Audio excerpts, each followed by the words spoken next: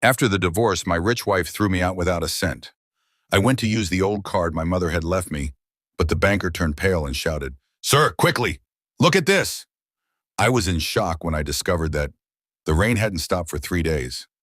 I remember that detail because Elena kept complaining about it, how the weather was ruining her birthday week, how the gray skies made everything feel so dreary, how she couldn't wear the new Louboutins she'd bought because the streets were flooded. She said all of this while cutting into a $200 steak at Maria, her favorite restaurant in Central Park South, the one where the waiters knew her by name and always kept her preferred table by the window available. I wasn't eating. My plate sat untouched in front of me, the food growing cold while I watched her. Really watched her. The way she laughed too loudly at something her friend Marcus said over the phone.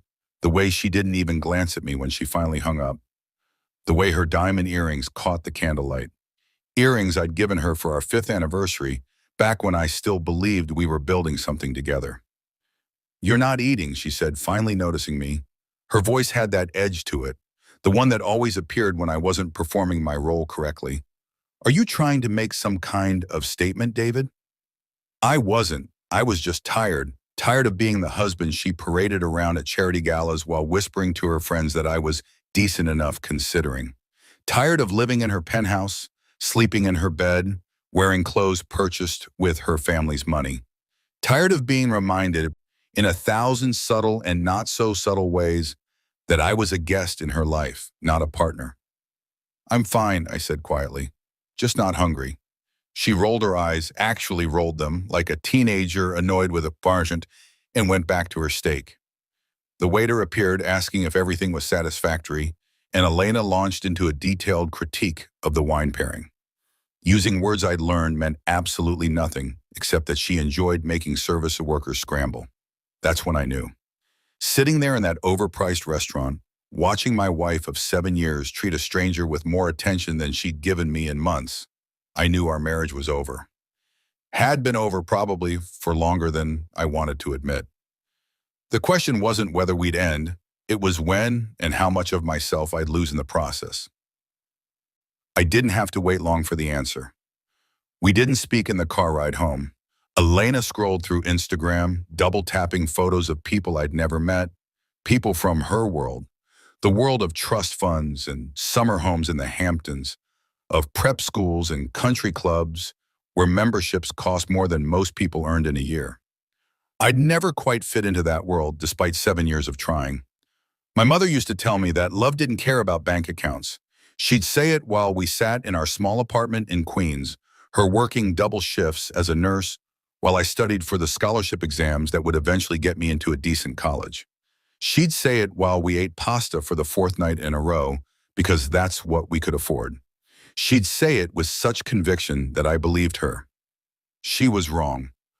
Or maybe she was right, and what Elena and I had was never love at all. The penthouse was dark when we arrived. 23rd floor, floor-to-ceiling windows overlooking Manhattan, the kind of view that makes tourists press their faces against glass barriers and dream.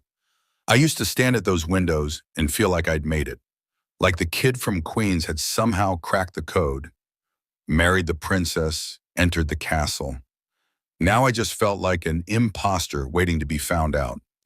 "We need to talk," Elena said, kicking off her heels and walking to the bar. She poured herself a scotch, Macallan 25 because of course, without offering me one. Not that I wanted it. Here it comes, I thought. "This isn't working," she continued, her back still to me. "You know it isn't working." I did know.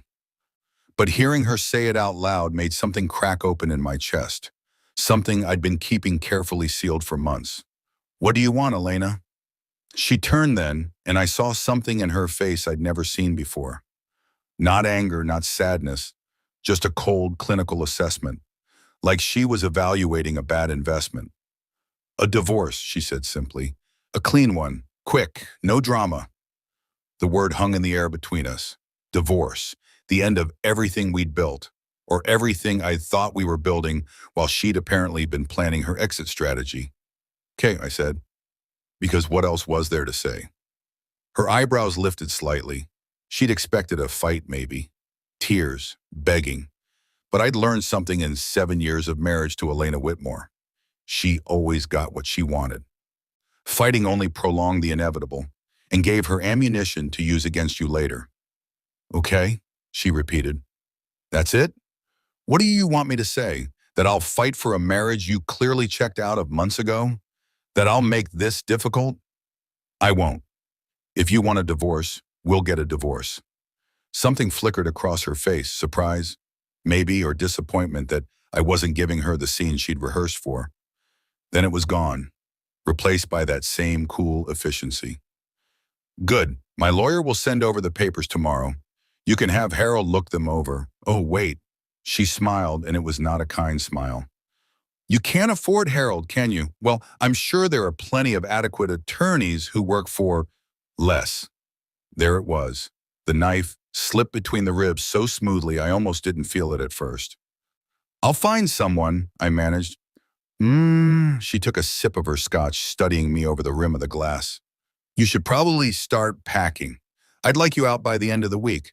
The penthouse is in my name, obviously, as is, well, everything, really. My throat tightened. Everything? Did you contribute to the down payment, David?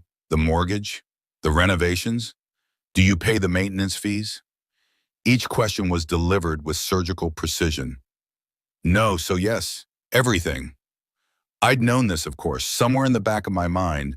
I'd always known that nothing in this life was actually mine. But knowing it theoretically and having it laid out in such stark terms were different things. I have some savings, I started. Do you? Her smile widened. That joint account we opened when we got married? I closed it this afternoon, transferred everything to my personal account. My lawyer says it's perfectly legal. It was my money funding it anyway. You're welcome to whatever's in your old checking account from before we met. I'm sure those, she paused, pretending to calculate. $700 will take you far. The room tilted slightly. $700. That's what 7 years of marriage had left me with. $700 and a closet full of designer clothes I'd never wanted, paid for with money that was never mine. Elena. Oh, and David? She set down her glass and walked toward the bedroom, pausing in the doorway. I'd appreciate it if you were gone by Monday morning.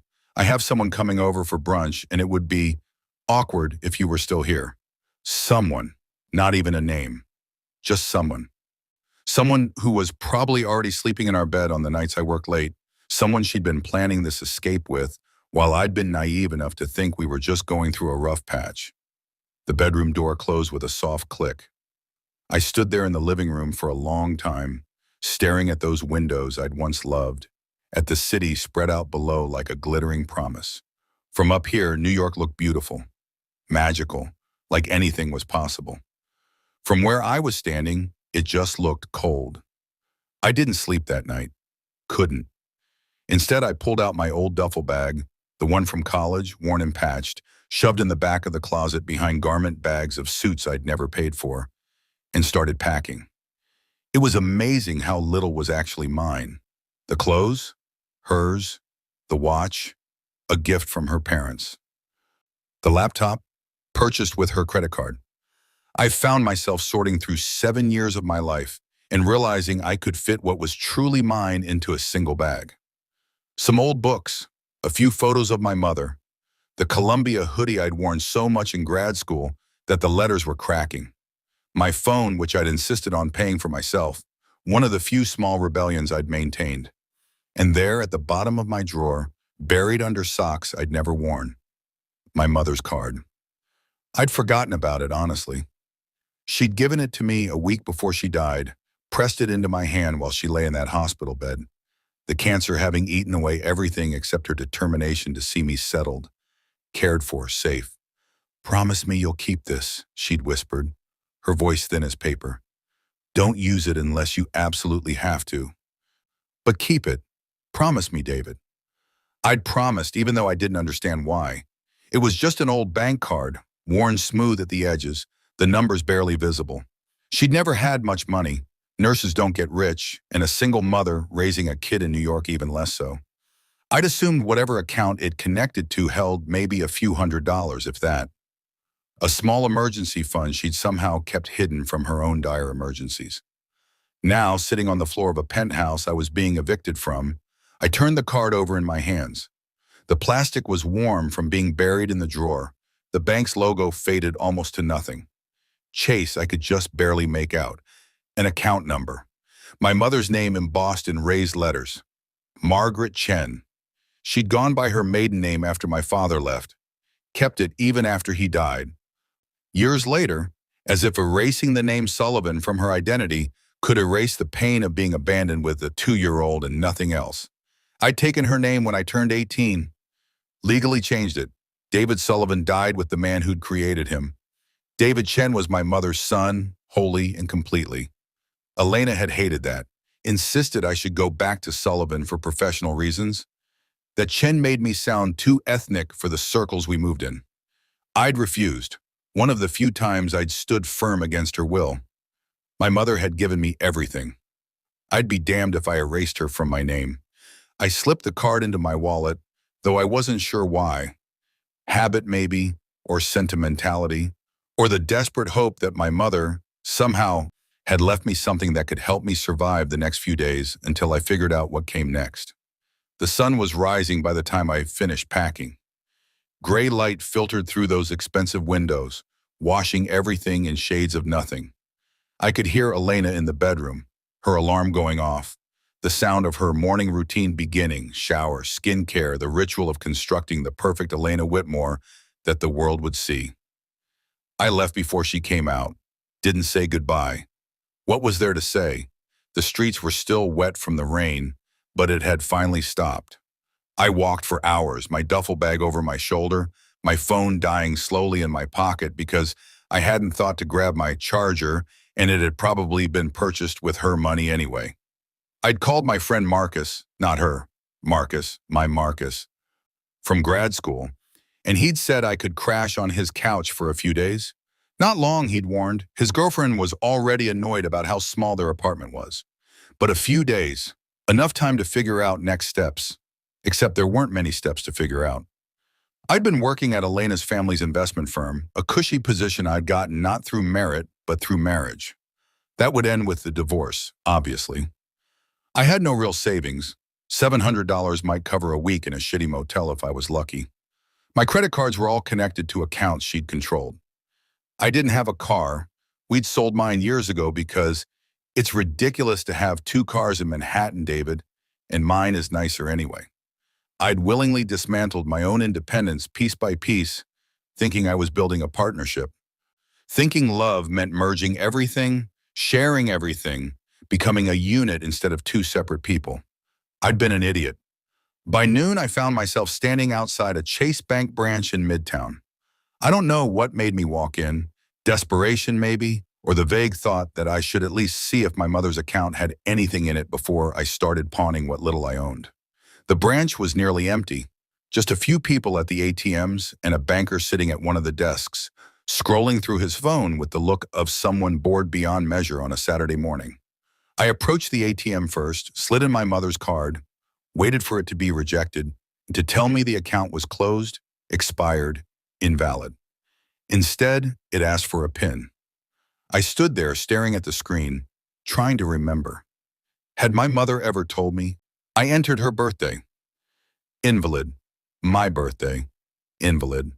One more try before the card would be locked. On impulse, I entered the date she'd given me the card. The day before she died. The screen changed. Account accepted. Would you like to check your balance? My hand trembled slightly as I pressed yes. The machine thought for a moment, and then, error. Please see a banker for assistance. Of course, the account probably had $12 in it, and the ATM couldn't even process something that pathetically small. I pulled out the card and walked to the desk, where the bored banker looked up with the expression of someone about to deliver bad news he'd delivered 1,000 times before. Can I help you? Yeah, I have this card from my mother. She passed away 6 years ago, and I'm just trying to see if there's anything in the account. I slid it across the desk, feeling like I was begging. Maybe I was. He picked it up, glanced at it, started to insert it into his computer with that same bored expression. And then his face changed. It was subtle at first, just a slight widening of the eyes, a pause in his movements. But then he looked at the screen, looked at the card, looked at me, and the blood literally drained from his face. "Sir," he said, his voice suddenly very different, very careful. Can you, can you wait here for just one moment? Is something wrong?" "No, no, not wrong. Just please wait here." He stood up so quickly his chair rolled backward, and then he was walking, almost running to the back offices, the card still in his hand. I watched him go, confused, a sick feeling building in my stomach. Had my mother done something illegal? Was this some kind of fraud? Was I about to be arrested for trying to access a dead woman's account? Minutes passed, long minutes. Other bankers started glancing my way, whispering to each other. A woman in a suit came out of the back office, looked at me, said something sharp to the first banker. I couldn't hear. And then they were both walking toward me, and the man's face was still pale, and the woman was carrying a folder, and "Mr. Chen," she said, and her voice was gentle in the way people's voices get when they're about to change your life. "I'm Rebecca Stein, the branch manager. Could you come with me, please, to somewhere more private?" The sick feeling intensified. "What's going on?" "Sir," the first banker said, and his voice was shaking slightly. "Please, you need to see this." They led me to a private office in the back, closing the door behind us. The manager sat down across from me, opened the folder, and pulled out a statement.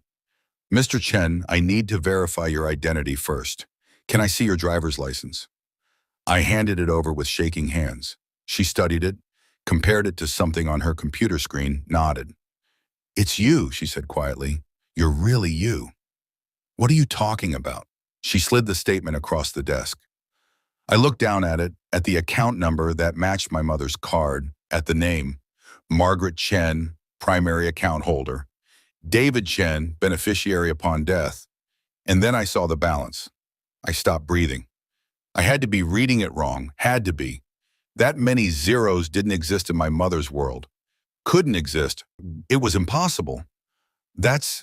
I couldn't even finish the sentence. $247 million, the manager said softly. Give or take a few $100,000. The account has been accruing interest for 6 years. Your mother set it up as a trust that would transfer to you automatically upon her death, but only if you used the card she gave you. Until you did, it remained dormant. $247 million.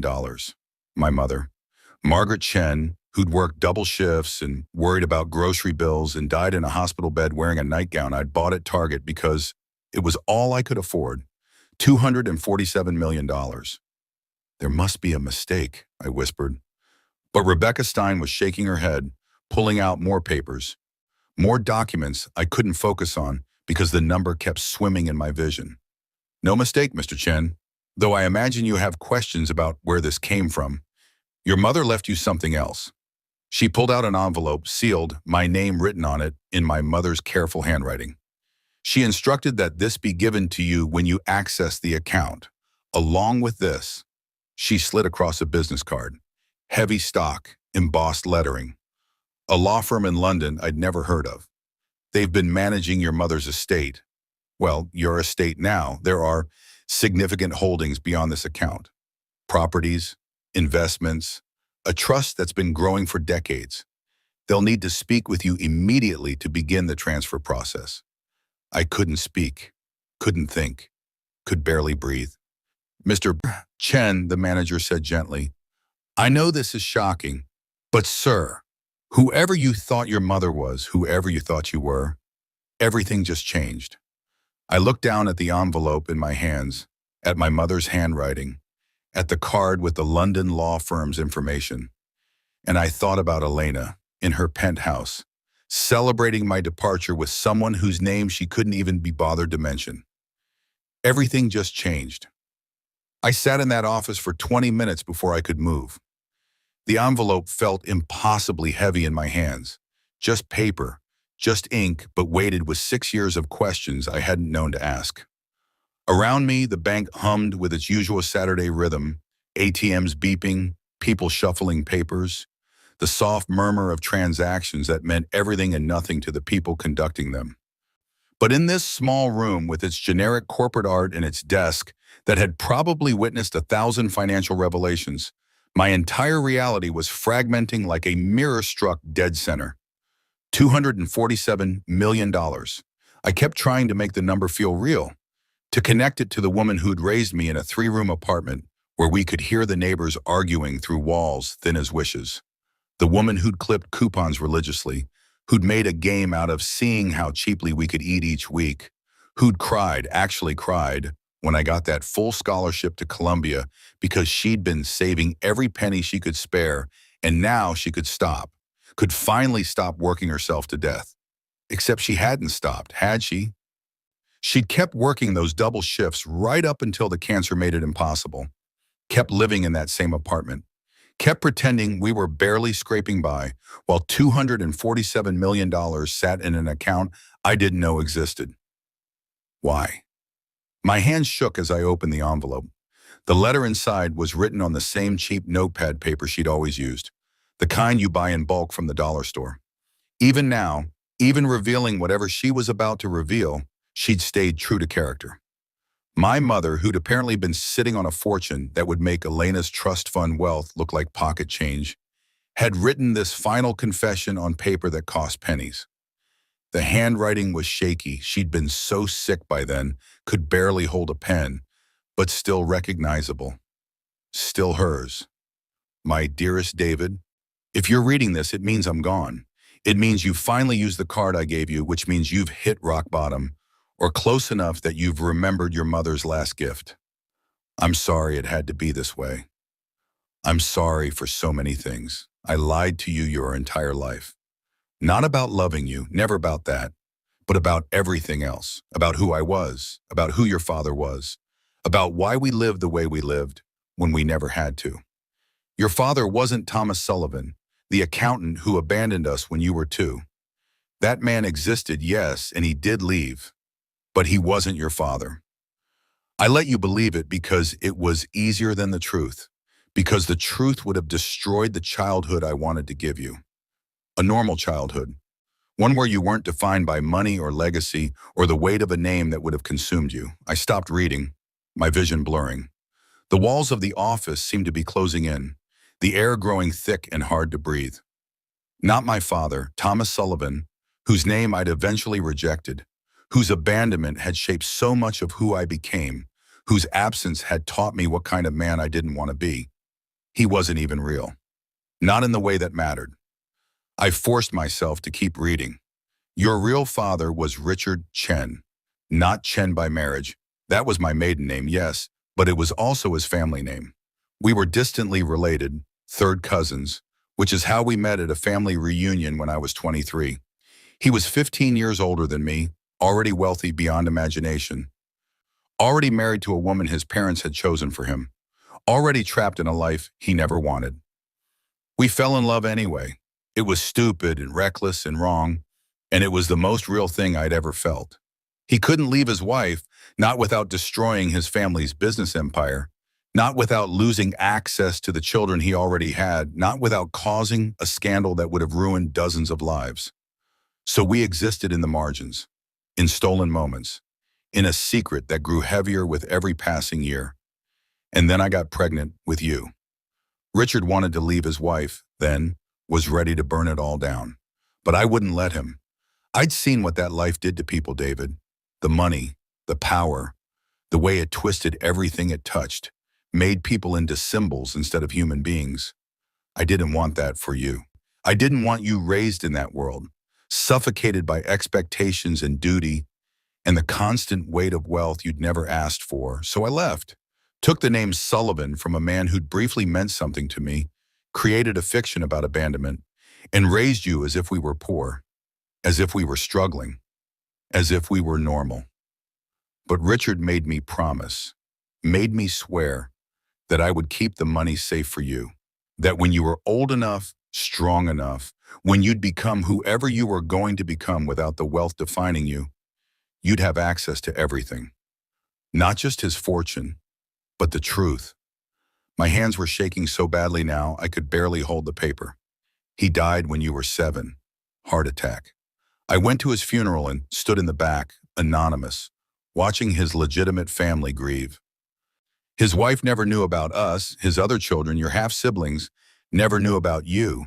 His company went to them, his public legacy, all the things he'd built in the world that mattered to people who measure worth in headlines and stock prices. But his personal fortune, the wealth he'd accumulated separately, the investments and properties and accounts he'd kept private, all of that he left to you. Through trusts and holding companies and legal structures so complex it would take a team of lawyers to untangle them. All of it waiting for the day you'd need it. I wanted you to need it, David. I wanted you to live a real life first, to struggle and fail and succeed on your own merit, to know what it feels like to earn something, to build something, to be someone without money making every door fly open before you even knocked. I wanted you to be strong enough to handle what's coming. Because this money, it's not a gift, sweetheart. It's a burden. It will change how people see you. It will make you question every relationship, every friendship, every kindness. It will attract parasites and predators and people who will smile to your face while calculating how to extract value from your existence. But I also know that by the time you're reading this, you've probably learned those lessons anyway. You've probably already experienced betrayal. You've probably already discovered that people can love the idea of you without loving you at all. You've probably already had your heart broken by someone who saw you as a means to an end. I thought of Elena, of 7 years spent being exactly that, a means to an end, though what end I'd never quite figured out. Legitimacy, maybe. The appearance of normalcy, something to parade around while she lived her real life elsewhere. So now you get to choose, my darling boy. You can take this money and build something beautiful with it, or you can let it destroy you the way it destroys so many people.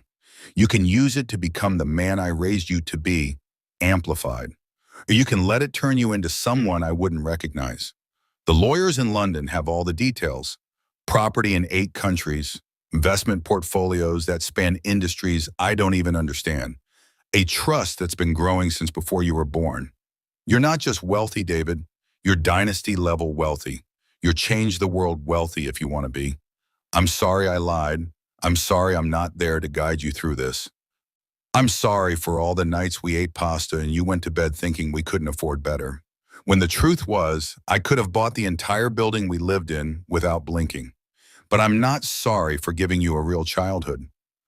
I'm not sorry for teaching you the value of a dollar, the dignity of work, the importance of building yourself from the ground up. Those lessons will serve you better than any trust fund ever could. You're going to be angry with me. That's okay. Be angry. Rage at me if you need to. I'm dead. I can take it. But then, when the anger fades, I need you to do something for me. Be good, David. Be careful. Be smart. And be happy. God, please be happy. This money is your inheritance, yes, but it's also your revenge. Revenge against every person who ever underestimated you, who ever treated you as less than, whoever made you feel small. Not revenge through destruction. That's too easy, too crude.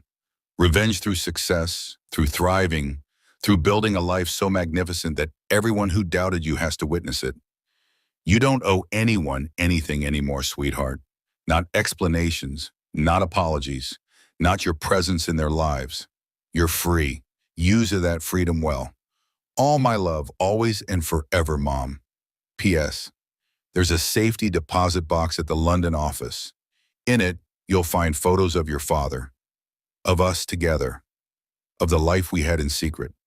You deserve to know where you came from, even if I spent your whole childhood hiding it. P.P.S. I saw the woman you married. I died before the wedding, but I saw her picture, heard you talk about her. She's beautiful, David. Poised, elegant. Everything the world tells us we should want. But she doesn't love you the way you deserve to be loved. I could tell even then, could hear it in your voice when you talked about her. A note of uncertainty, of trying to convince yourself. I hope I'm wrong. I hope by the time you read this, you've had a wonderful marriage, and I'm just a paranoid, dying woman projecting. But if I'm right, if she's hurt you the way I suspect she will, don't let her take anything from you that matters. Not your dignity, not your kindness, Not your belief that real love exists. It does exist, baby. It's just rare. And it never, ever uses money as a weapon. The letter ended there. I sat staring at it, reading and rereading those final lines until the words blurred together and I couldn't tell if the wetness on my face was tears or sweat or some combination of both. My mother had known, had seen through Elena from hundreds of miles away, from a hospital bed, with nothing but my tone of voice to guide her, had known and had still said nothing, had trusted me to figure it out on my own, had left me this letter like a time bomb set to detonate at exactly the moment I'd need it most. She doesn't love you the way you deserve to be loved. I thought about Elena's face last night, the coldness in it, the calculation, the way she'd smiled when she told me about closing our joint account, about how I'd be leaving with $700 and whatever dignity I could salvage. $700. I almost laughed. Would have laughed, except the sound that came out was closer to a sob. Mr. Chen? Rebecca Stein's voice pulled me back to the present. She was standing in the doorway, holding a bottle of water and wearing the expression of someone who'd witnessed this scene before, in different variations, with different people whose lives had just been detonated by the past. I'm sorry, I managed. I just need a minute. Take all the time you need, but Mr. Chen, the lawyers in London, they'll need to hear from you soon. There are time-sensitive matters related to the estate, properties that need management decisions, investments that require authorization, legal structures that have been in holding patterns waiting for you to claim them. I looked down at the business card she'd given me earlier. Whitmore and Associates, London, the firm that had been managing my inheritance for 6 years, waiting for me to materialize. Whitmore, the same last name as my soon-to-be ex-wife. The universe apparently had a sick sense of humor. What do I need to do? I asked. Call them. Today, if possible. They'll arrange for you to fly to London.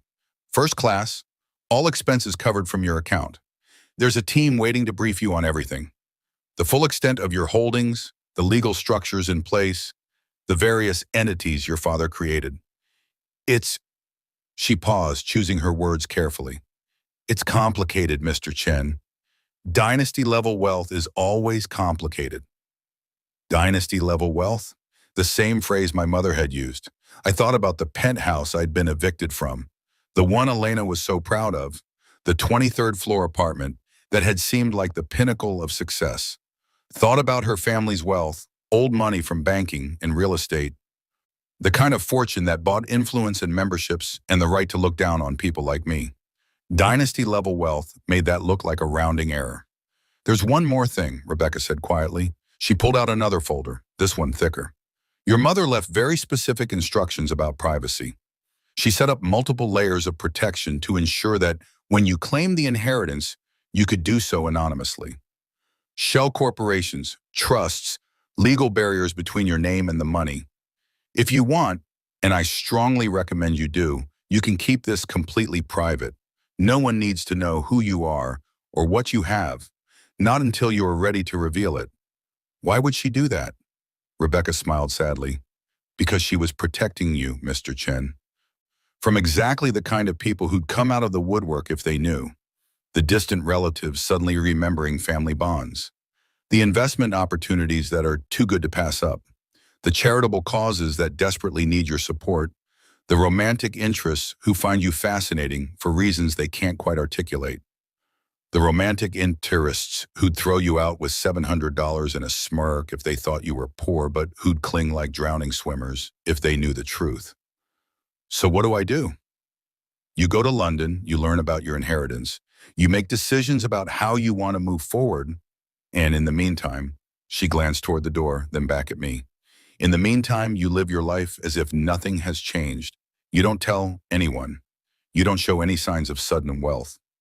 You let whatever's happening in your personal life play out naturally, without the money influencing anything. You mean my divorce? She didn't answer directly, but her expression said enough. I mean, whatever relationships you're in the middle of resolving. Let them resolve on their own terms, Mr. Chen. Let people show you who they really are without the variable of wealth confusing things. Let Elena show me who she really was. Except she already had, hadn't she? Last night in the penthouse with her casual cruelty and her talk of someone coming for brunch. This morning probably, rolling over in bed and feeling nothing but relief that I was gone. Okay, I said. Okay, I'll call London. I'll figure this out. Good.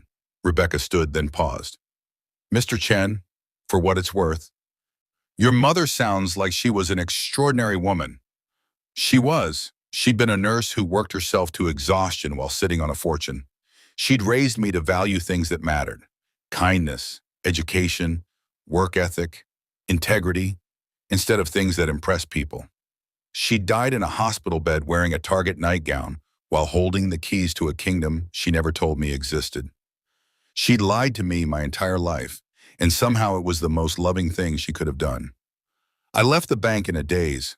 The city looked different now, though nothing about it had actually changed. Same streets, same people rushing past with their coffee and their phones and their lives. Same noise encased in beautiful, brutal indifference. But I was different. I walked for blocks without direction, my mother's letter folded carefully in my pocket, the bank card heavy in my wallet, the London law firm's number saved in my phone. The duffel bag over my shoulder felt absurd now. All my worldly possessions, carefully packed, ready to move into Marcus's cramped apartment and figure out how to rebuild from nothing. Except it wasn't nothing. It was $247 million, give or take, plus properties in 8 countries, plus investment portfolios, plus whatever else was waiting in London to be explained by lawyers who'd been managing my dynasty-level wealth while I'd been living in my wife's shadow. My phone buzzed. A text from Marcus. You close? Sarah's making lunch. Nothing fancy, but you're welcome to join. I stared at the message. Marcus and Sarah, who were letting me crash on their couch out of friendship and pity. Who had no idea that I could buy their entire building without making a dent in my account. Who were making me lunch. Nothing fancy, while trying to figure out how to gently tell me I couldn't stay long. I should tell them. Should tell someone. This secret felt like it was burning a hole through my chest, too big to contain. But Rebecca's words echoed. Let whatever's happening in your personal life play out naturally. Let people show you who they really are. And my mother's. You don't owe anyone anything anymore.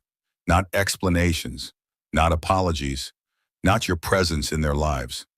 I texted back, 30 minutes out. Thanks, man. Then I called the London number. A woman answered on the second ring, British accent, professional but warm. Whitmore and Associates, how may I direct your call? My name is David Chen. I was told to call about an estate matter. A pause, then, Mr. Chen, we've been waiting for you. Please hold for Mr. Whitmore. Another pause, longer this time. I kept walking, letting the city flow around me, thinking about how my life had been split into before and after without my permission. Before the bank, after the bank, before the letter, after the letter, before I knew who my father was, after I knew I'd never actually known him at all. Mr. Chen, the voice was male, older, cultured in that way British lawyers seem to have perfected.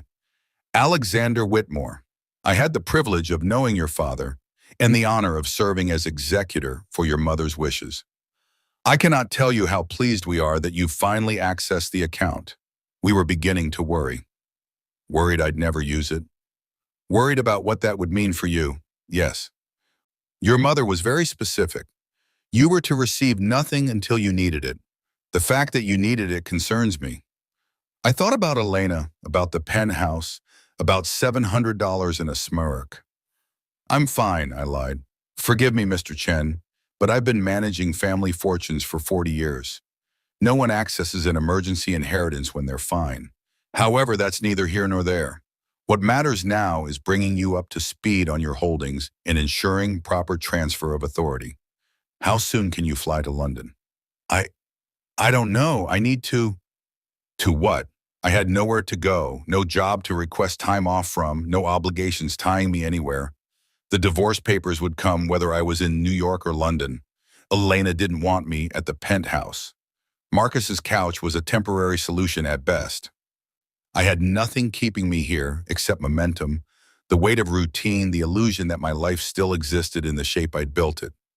I can come Monday, I heard myself say. Excellent. I'll have my assistant arrange everything. Flights, accommodation, transportation, everything will be handled. Mr. Chen, I know this is overwhelming, but I promise you by the time you leave London, you'll understand not just your inheritance, but your father's vision for what you might do with it. Mr. Whitmore, yes? My mother, in her letter, she said my father wanted this money kept from me until I was strong enough to handle it. How did he know I'd ever be strong enough? A long pause. Then softly, he didn't, Mr. Chen. That was your mother's gamble. Your father wanted you to have everything immediately, full access from birth, your legacy secured regardless of character. It was Margaret who insisted otherwise. She believed that struggle creates strength, that hardship builds wisdom, that a fortune given too early destroys more lives than it saves. And if she was wrong, if I'd never used the card, then the money would have gone to various charities upon your death, with a letter explaining why. Your mother was willing to sacrifice your inheritance and her relationship with you, even posthumously, rather than risk you becoming the kind of person wealth creates too easily. The kind of person Elena was, he meant but didn't say, the kind who measured worth in zeros and treated people like accessories, beautiful and disposable. I'll see you Monday, Mr. Whitmore. Monday, and Mr. Chen, welcome to your new life. Try to enjoy it. He hung up. I stood on the corner of 5th Avenue and 42nd Street, surrounded by thousands of people who had no idea that everything had just changed, watching the city pulse and breathe and continue forward like it always did. Somewhere uptown, Elena was probably still asleep, or maybe already entertaining her someone, celebrating her freedom from the burden of a husband who'd never quite measured up. Somewhere in my pocket, my mother's letter described a fortune that would make Elena's trust fund look like pocket change. And somewhere deep in my chest, something I'd thought was broken started to resemble something else entirely. Not quite hope, not yet, but possibility. The revenge of simply becoming who I'd always been. Only more so. Only amplified. Only free. Marcus's apartment smelled like garlic and burnt toast. I stood in the doorway of the 5th floor walk-up in Hell's Kitchen, my duffel bag still over my shoulder, and tried to reconcile the person I'd been when I left this morning with the person standing here now. Same clothes, same face in the reflection of their hallway mirror. Same David Chen who'd woken up in a penthouse and gone to sleep, or tried to, knowing he'd be homeless by Monday. Except nothing was the same at all. Dude, you look like hell, Marcus said, pulling me inside. Sarah's making grilled cheese. It's basically her only recipe, so prepare yourself for mediocrity. But it's food. He was trying to be cheerful, trying to make this less awkward than it was. Marcus had always been like that, the friend who showed up, who made room, who asked questions later. We'd met in grad school, bonded over being the scholarship kids in a sea of trust fund economists, stayed friends even after I'd married into the world we'd both resented. He'd never liked Elena, had been too polite to say it directly, but I'd seen it in his face at the wedding, in the way he gradually stopped inviting us to things, in how our friendship had winnowed down to occasional texts and the kind of surface-level catch-ups that mean you are not really friends anymore, just people who used to be. And now I was here, on his couch, pretending to be the person he thought I was. Thanks for this, I said, dropping my bag by the door. I know it's not ideal. It's fine, really. Sarah's a little stressed about the space, but she'll get over it. You're my boy. We take care of each other. He punched my shoulder lightly. That male affection that doesn't know how to express itself properly. So, you want to talk about it? Not really. Elena finally pulled the trigger? Something like that. He nodded, not pushing. Marcus understood the value of silence, of letting things breathe instead of forcing them into the open before they were ready. Sarah emerged from the kitchen carrying a plate of sandwiches that were indeed slightly burnt. She was small and fierce, with the kind of energy that made their tiny apartment feel even smaller. I'd met her a handful of times, always at gatherings where Elena had dominated the conversation and Sarah had watched with barely concealed judgment. She'd never liked Elena either. I was starting to realize how many people hadn't. David, she said, not unkindly but not warmly either. Marcus said you needed a place to crash for a few days. Just a few days, I assured her. I'm figuring things out. Uh-huh. She set the plate down on their coffee table, which was also their dining table, which was also their workspace. Look, I'm going to be straight with you because that's who I am. You can stay here through the week. We've got Marcus's cousin coming Friday for a visit, so you'll need to be out by Thursday night. That gives you 5 days to find something more permanent. 5 days. In another timeline, the one from this morning, 5 days would have been a crisis. Nowhere near enough time to find an affordable apartment in New York, even a studio in the outer boroughs. Not with $700 and no job and a divorce in progress.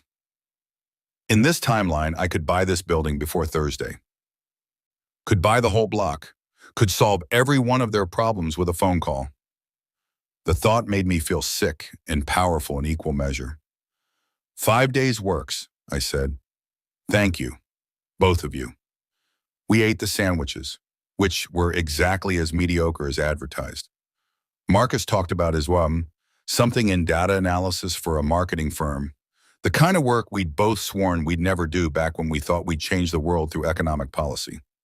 Sarah complained about her supervisor, about the tiny kitchen, about the landlord who kept promising to fix the water pressure and never did. Normal problems, small problems. The kind that consumed your entire world when you lived in 600 square feet and split rent 3 ways with your salary and your partner's salary, and the side hustle you pretended was a temporary thing but knew, deep down, was probably permanent. I listened and nodded and contributed nothing about my own situation. And the whole time I felt like a fraud, like I was playing a part in a show where everyone else thought it was real life. My phone buzzed. An email from Whitmore and Associates. Flight confirmation attached. British Airways first class, JFK to Heathrow, Monday 8 o'clock a.m. Car service will collect you at 5:30 a.m. from the address on file. Please confirm receipt. I stared at the screen. The address on file would be the penthouse, the one I'd been evicted from. I typed back quickly. Address has changed. We'll send updates shortly. Another buzz, almost immediate. Understood. Please provide current location at your earliest convenience. Accommodation in London has been arranged at the Connaught. Any preferences or requirements, please advise. The Connaught. I'd walked past it once, years ago, when Elena had dragged me to London for some charity thing her mother was involved in. We'd stayed at Claridge's, which had seemed impossibly luxurious at the time. The Connaught had been the place Elena had pointed to and said, that's where real wealth stays. Not people like us, people who've had it for centuries. People like my father, apparently. I set my phone down before Marcus could see the screen. You okay? He asked. You look weird.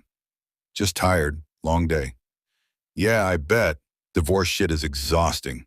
He leaned back, the couch groaning under his weight. So what's your plan? You still working at Elena's family firm? That's done, obviously. Right, fuck. So you need a job too. Yeah, it wasn't technically a lie. I did need a job, or at least the appearance of one. Needed something to tell people when they asked what I did, needed a reason to be somewhere during the day, needed the structure that kept people from asking too many questions. Unless I just disappeared into the money, became one of those people whose occupation was managing their wealth, whose calendar was filled with investment meetings and portfolio reviews, and all the other euphemisms rich people use to avoid saying they didn't actually work. The thought made my skin crawl. I'd spent 7 years watching Elena and her circle do exactly that. Pretend their trust fund management was a career. Pretend their charity board positions were jobs. Pretend they'd earned anything they had. I wouldn't become that. Couldn't. My mother had raised me better, but I also couldn't stay here. Couldn't keep lying to Marcus and Sarah. Couldn't maintain the fiction that I was the person they thought I was. I'll figure it out, I said finally. I've got some leads. Another lie. They were stacking up, building a wall between who I was now and who everyone thought I'd always been. That night I lay on Marcus's couch, lumpy, too short, smelling faintly of the takeout they ate too often, and stared at the ceiling. The apartment was quiet except for the sounds of the city filtering through thin walls. Sirens, voices, the constant hum of 8 million people living on top of each other.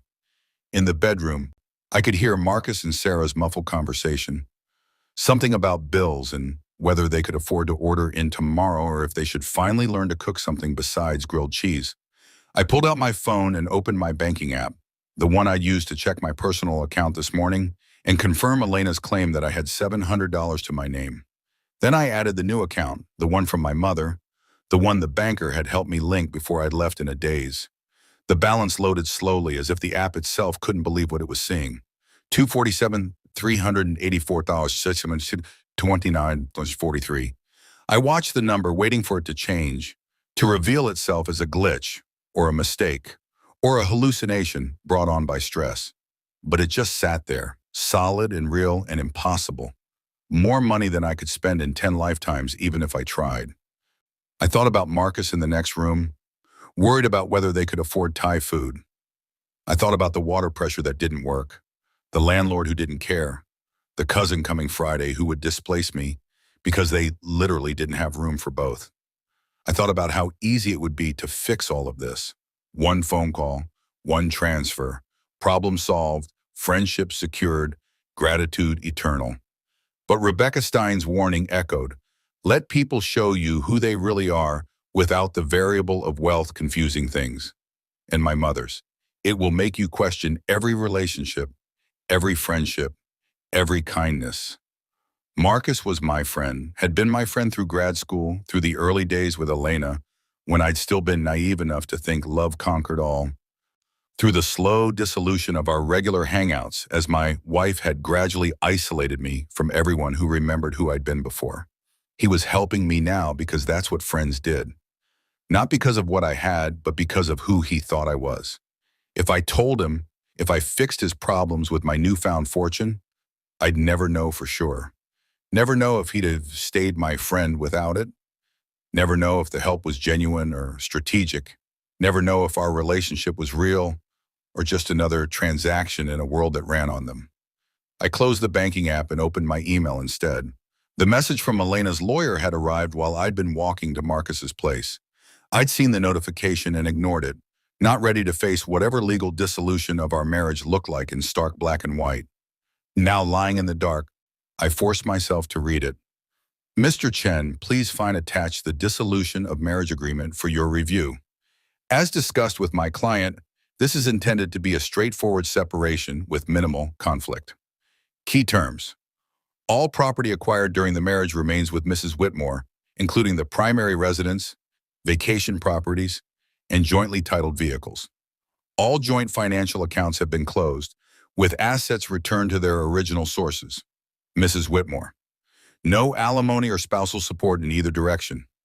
All personal property to be collected by you within 72 hours, or it will be donated to charity. A non-disparagement clause preventing either party from making negative public statements about the other. Mrs. Whitmore is prepared to sign immediately and hopes for your cooperation in expediting this matter. Please confirm receipt and indicate whether you'll be retaining counsel. Regards, Harold Chen, no relation. Senior partner, Morrison and Associates. Harold Chen, the lawyer Elena had mockingly mentioned I couldn't afford, who now revealed himself to share my last name in a coincidence that felt like the universe's idea of a joke. I read through the terms again, slowly this time. She was taking everything, every physical asset from 7 years of marriage. The apartment I'd lived in, the car I'd driven, the furniture I'd helped pick out, all of it legally hers because she'd paid for it, because I'd been too grateful to be loved by someone like her to insist on contributing, to maintain any independence. No alimony. That made sense. She didn't need my money, and I apparently had none to give. A clean break for her, a financial catastrophe for me, bums. Or it would have been this morning. Now it was just insulting, petty, the kind of power play people made when they thought they held all the cards and you held none. A non-disparagement clause. That was interesting. That meant she was worried about what I might say, what stories I might tell, what truths I might reveal about our marriage. It meant she understood, on some level, that she'd behaved badly enough that she needed legal protection from the consequences. I should sign it, should take the easy way out, let her have her clean break and her clear conscience, and her certainty that she'd won. But something in me, something my mother had maybe known would be there when she designed this whole elaborate test, refused, not yet. Not until Elena had shown me fully who she was, until this played out to its natural conclusion, until I understood exactly what 7 years of my life had meant to the woman who'd promised to love me forever. I drafted a response. Mr. Chen, I've received the dissolution agreement and am reviewing the terms. I'll need a few days to consider my options. I'm currently in the process of relocating and securing counsel. Regarding the 72-hour personal property deadline, I'll arrange to collect my belongings this week.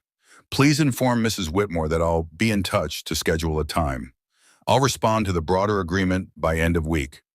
David Chen, professional, calm, giving nothing away. I hit send before I could second-guess myself. Sunday morning arrived with rain again, as if the weather had decided to match the general misery of my circumstances. Marcus and Sarah left early for some brunchy thing with friends, inviting me with the kind of forced enthusiasm that made it clear they hoped I'd decline. I did, claiming exhaustion, grateful for a few hours alone in the apartment. The moment the door closed behind them, I called London. Alexander Whitmore answered on the first ring. Mr. Chen, I hope you've had time to process yesterday's revelations. Process is a strong word. I'm still mostly in shock. Understandable. These matters take time. However, I do need to brief you on certain urgent issues before your arrival Monday. Do you have somewhere private to speak? I glanced around the empty apartment. Yes. Excellent. First, regarding your identity protection, your mother established several shell corporations and trusts to act as intermediaries between you and your assets. The primary entity is called Providence Holdings, registered in the Cayman Islands. All property, investments, and accounts are technically owned by Providence, which is in turn controlled by a trust of which you are the sole beneficiary. Which means? Which means David Chen, the individual, appears to own nothing. David Chen, the trust beneficiary, controls everything. It's a legal distinction that provides enormous privacy protection. No one can trace your wealth back to you unless you explicitly choose to reveal it. My mother really thought this through. Your mother was extraordinarily thorough, Mr. Chen. She spent the last 5 years of her life working with us to ensure every detail was perfect. She anticipated scenarios we thought were paranoid, vengeful spouses, predatory relatives, opportunistic acquaintances. She wanted you protected from all of it. Vengeful spouses, like she'd known. Like she'd seen Elena for what she was and had built a fortress around me just in case. What else do I need to know? Your property portfolio includes residences in London, New York, Paris, Tokyo, Sydney, Cape Town, Sao Paulo, and Dubai. Some are investment properties generating rental income.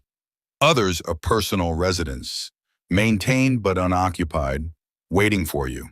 The New York property is a penthouse in Tribeca, significantly more valuable in private than anything in Midtown or the Upper East Side. A penthouse in Tribeca, probably 2 blocks from where I was sitting on a lumpy couch, pretending to be homeless. You mentioned urgent matters? Yes, several of your properties require immediate decisions about lease renewals or sale opportunities. There are also investment positions that need your authorization to proceed. Your father had started several ventures that were put on hold when he died, waiting for you to take over. And there's the matter of your position on various boards. Boards? Your father held seats on the boards of 6 major corporations.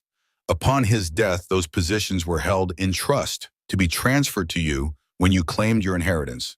You're now legally entitled to those seats and the rather significant stipends that come with them. Several of the companies have been inquiring when you'll assume your responsibilities. Board positions at major corporations. Me, David Chen, who'd been working a mid-level position at his wife's family firm because he'd never quite managed to advance on his own merit. I don't know anything about running a corporation. You don't need to. Board members provide oversight and strategic guidance, not day-to-day management. And you have voting rights on major decisions.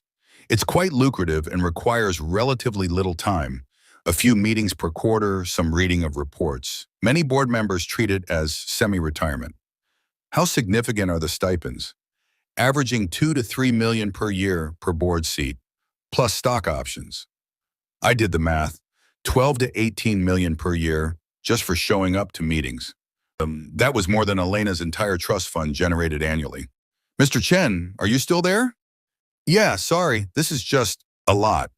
It is, which is why Monday's meetings are so critical. We need to walk you through everything systematically, establish your priorities, create a management structure. You'll need a personal attorney, a financial advisor, a tax specialist, possibly a public relations consultant depending on how visible you want to be. I don't want to be visible at all. Understood. However, some visibility is inevitable once you take up your board positions. The business press will take note. Your father was relatively well known in certain circles. Not celebrity level, but respected. They'll be curious about his son finally emerging. His son, David Chen, heir to Richard Chen's fortune and legacy, a person who didn't exist until yesterday, who had no history in that world, no credentials, no network, a person Elena knew nothing about. Can I delay taking the board seats? A pause, You can, though I'd advise against it. The positions generate substantial income and provide legitimacy. They establish you as a serious person in the business world, not just a trust fund recipient. Your mother was quite insistent that you not become the latter. Right, because she'd spent my whole life teaching me that dignity came from work, from contribution, from building something rather than simply consuming. Even now, even from beyond the grave, she was guiding me away from becoming the thing I'd hated in Elena. Okay, I'll take the seats, but I need help. I can't just show up and pretend I know what I'm doing. Of course, we'll provide comprehensive briefing materials on each company, their industries, current challenges, and strategic opportunities. We'll also connect you with advisors who specialize in preparing new board members. You won't be unprepared, Mr. Chen. I promise you that. I heard the apartment door opening, Marcus and Sarah returning earlier than expected. I need to go, I said quickly. I'll see you Monday morning. Monday morning, the car will collect you at 5:30 a.m. Pack for a week, this will take time.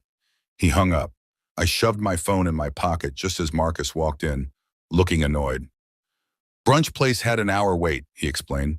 Sarah's in the bathroom having a meltdown about it. I think she's stressed about you being here, to be honest. Not that it's your fault, just, small space, big feelings. I get it. I'll be out of here soon. You find a place? I'm working on it. Another lie. They were coming easier now, sliding off my tongue like a skill I'd practiced for years. The truth was in my pocket, a penthouse in Tribeca, probably empty, definitely mine, waiting for me to claim it.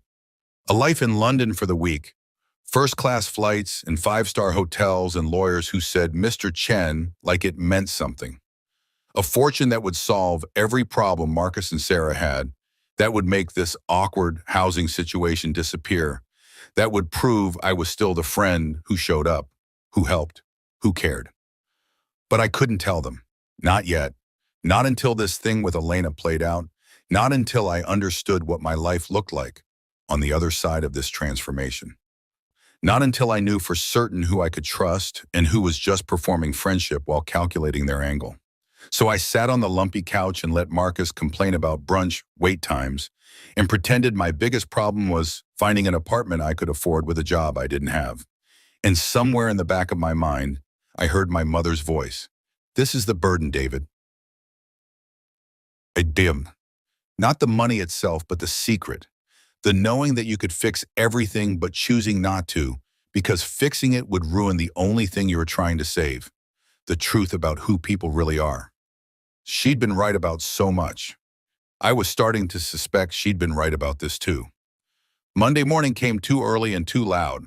Marcus's alarm went off at 6:02 a.m., a piercing electronic shriek that penetrated the thin bedroom door and dragged me out of the half-sleep I'd been pretending was rest.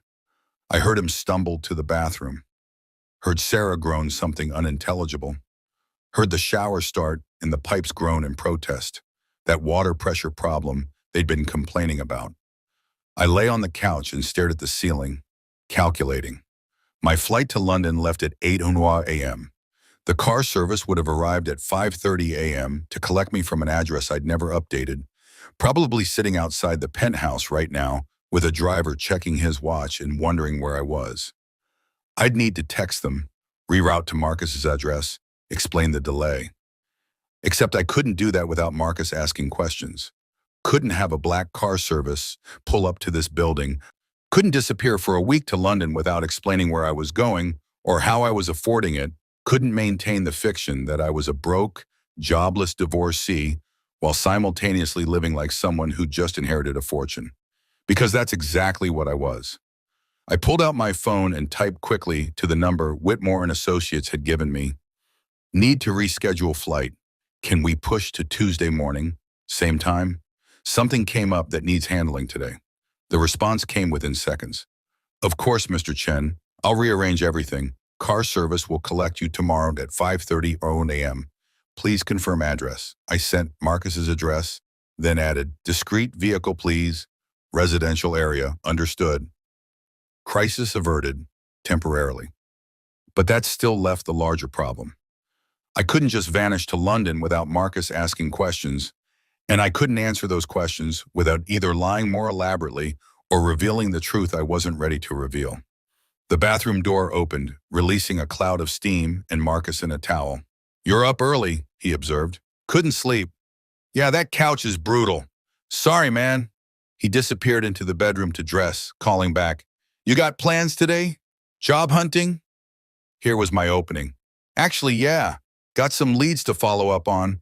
Might be out most of the day. That's good. That's great. Where at? I hadn't thought that far ahead. A consulting firm, downtown, friend of a friend thing, you know how it goes. Right on. Hope it works out. He emerged dressed for his own job, looking tired in the way people do when they're juggling too much with too little. Listen, Sarah and I were talking last night. We want to help more, but the space thing is real. Her cousin's definitely coming Friday, and after that, I know, I'll be out by Thursday, promise. He looked relieved, then guilty about being relieved. It's not that we don't want to help. Marcus, I get it, really. You've already done more than I had any right to ask. He nodded, grabbed his bag, kissed Sarah goodbye. She was still in bed, pretending to sleep through this awkward conversation, and left. The moment the door closed, I texted the Whitmore and Associates number again. Change of plans. Can someone meet me in New York today instead?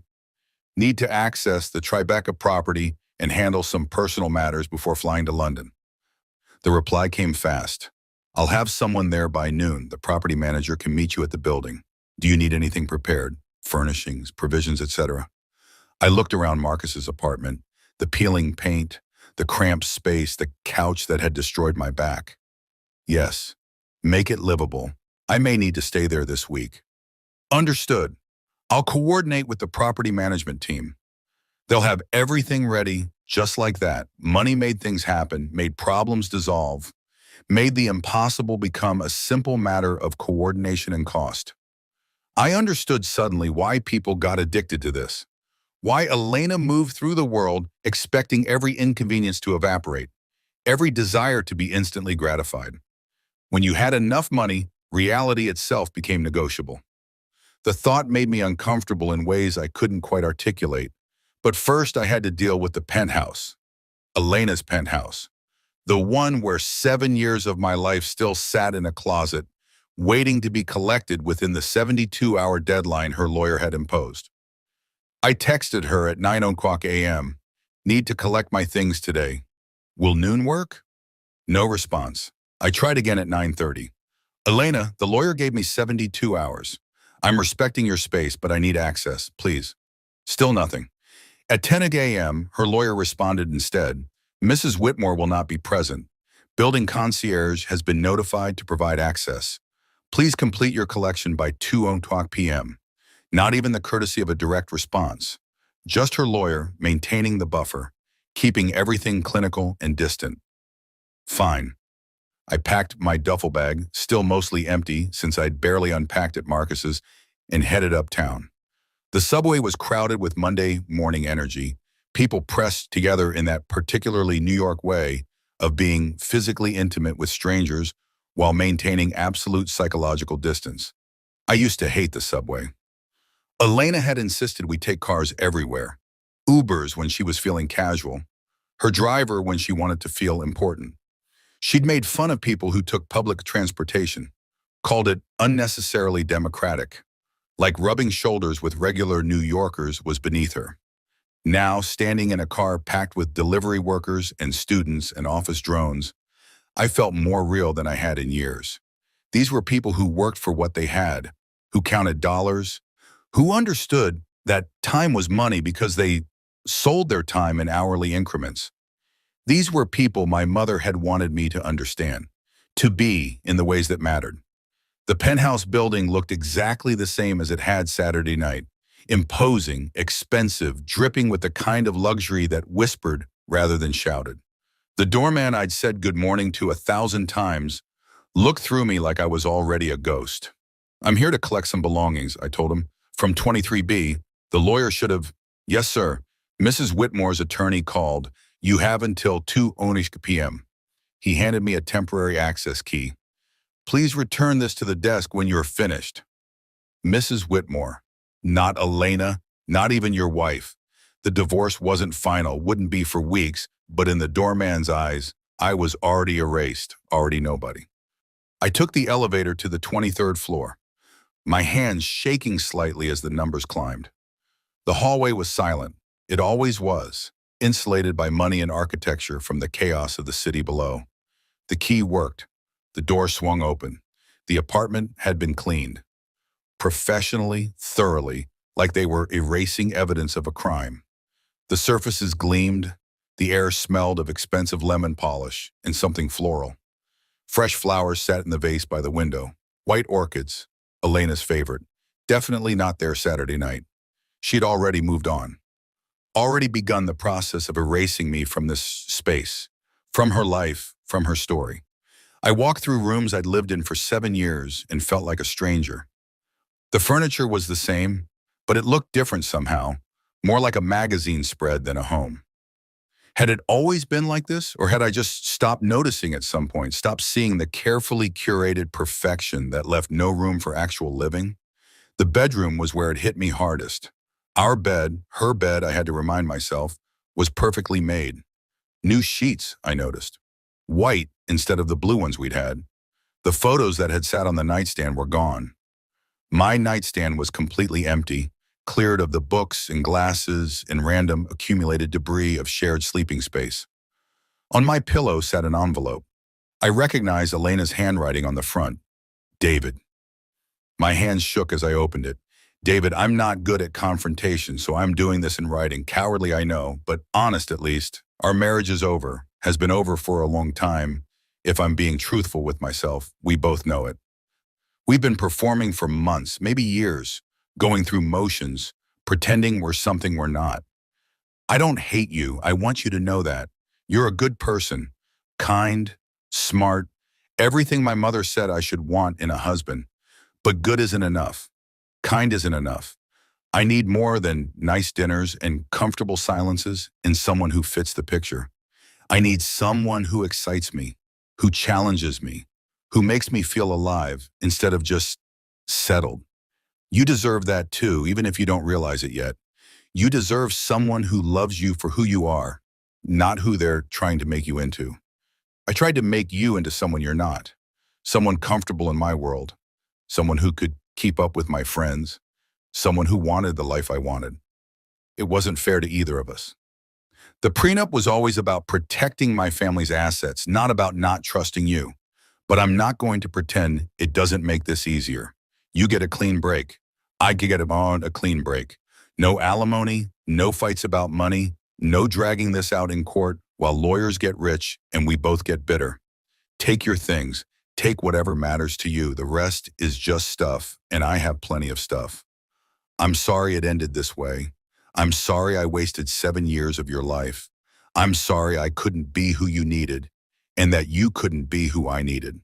But I'm not sorry for the good parts. There were good parts, David. Remember those if you can. Be well.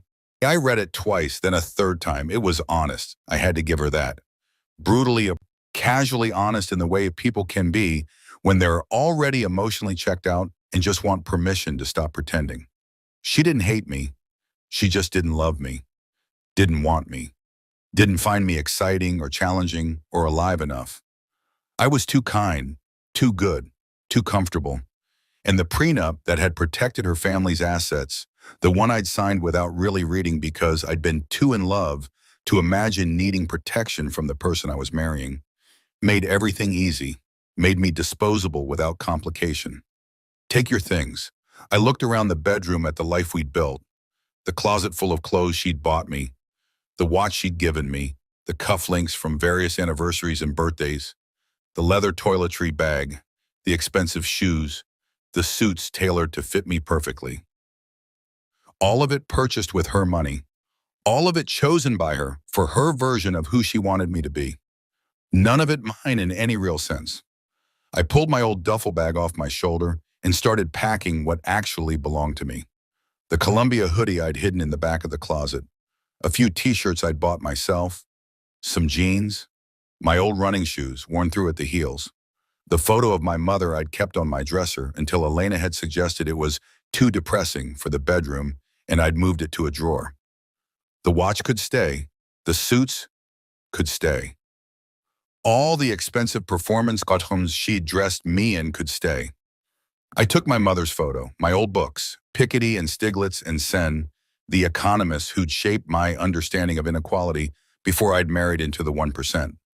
My notebook from grad school, full of ideas I'd once had about policy and change and making the world more fair.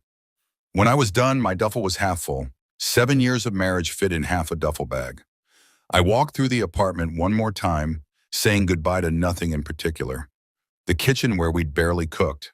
The living room where we'd entertained her friends and I'd felt like a prop in her performance. The study where I'd worked remotely while she'd done whatever she did during the days, which I'd never quite figured out.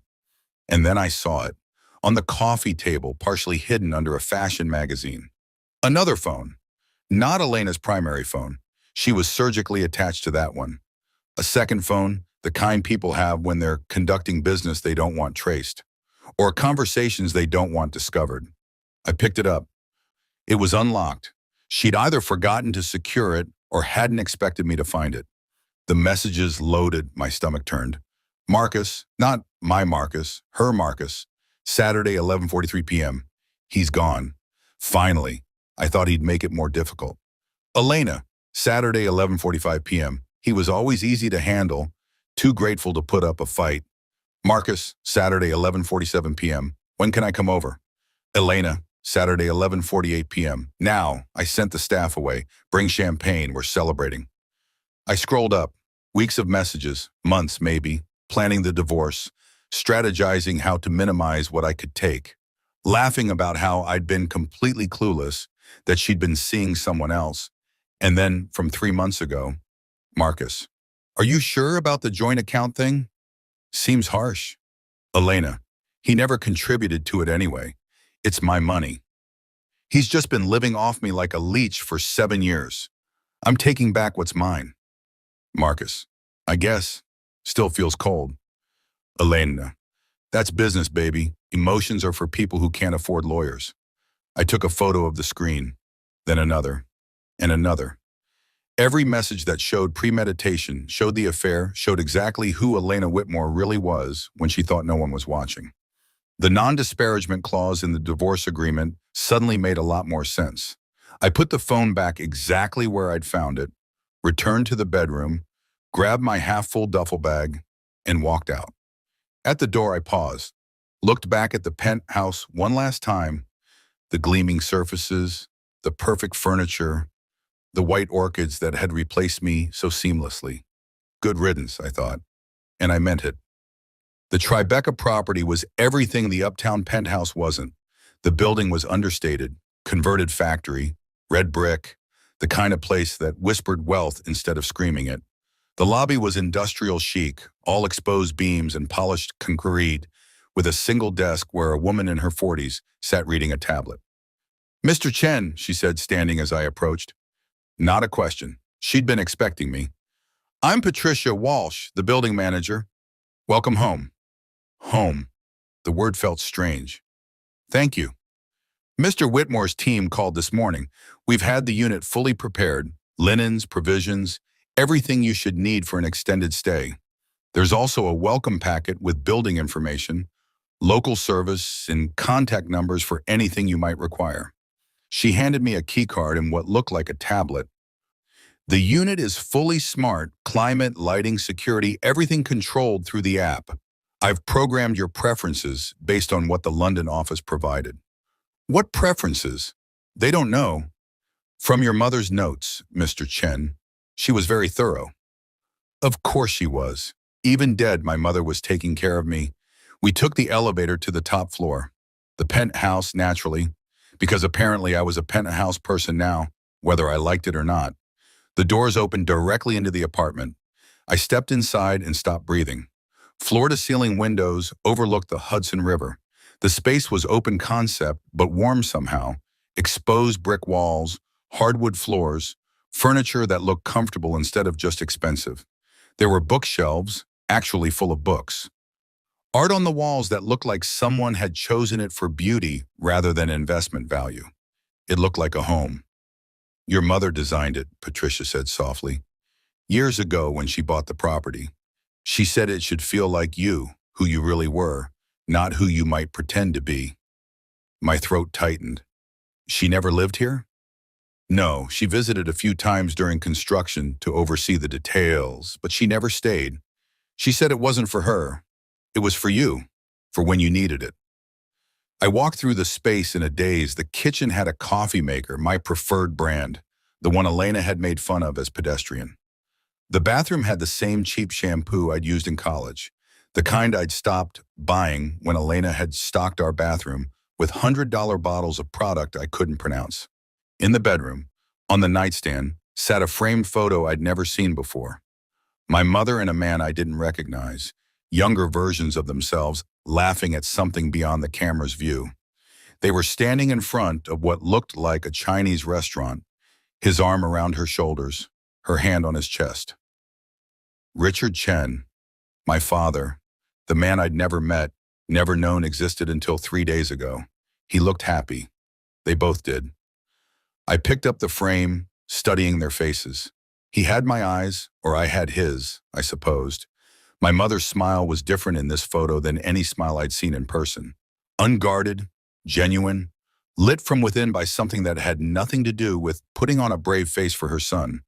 This was what she'd given up. This happiness, this love, this man who'd made her laugh like that. For me, to give me a normal childhood, to protect me from the burden of wealth, to let me become whoever I was going to become without the weight of dynasty crushing me. I set the photo down gently and walked to the windows. The city spread out below looked different from this angle. Not the tourist view I'd had uptown, all glitter and performance.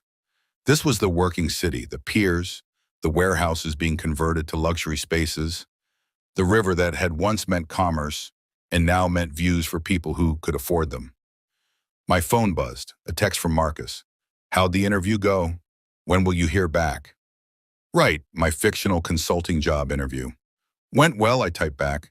They want me to do a trial project this week.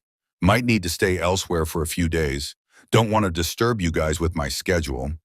Not technically a lie. I did have a project, learning to be David Chen, heir to a fortune, board member, person of consequence. And I would be staying elsewhere. That's great news, man. Where will you crash? Friend's place downtown? Sublet situation. I'll explain later. Another lie. They were piling up, building a wall between my old life and my new one, between who Marcus thought I was and who I was becoming. Patricia appeared with the welcome packet. Is there anything else you need, Mr. Chen? No, this is perfect, thank you. She smiled. Your mother loved you very much. We all knew that, everyone who worked on this project.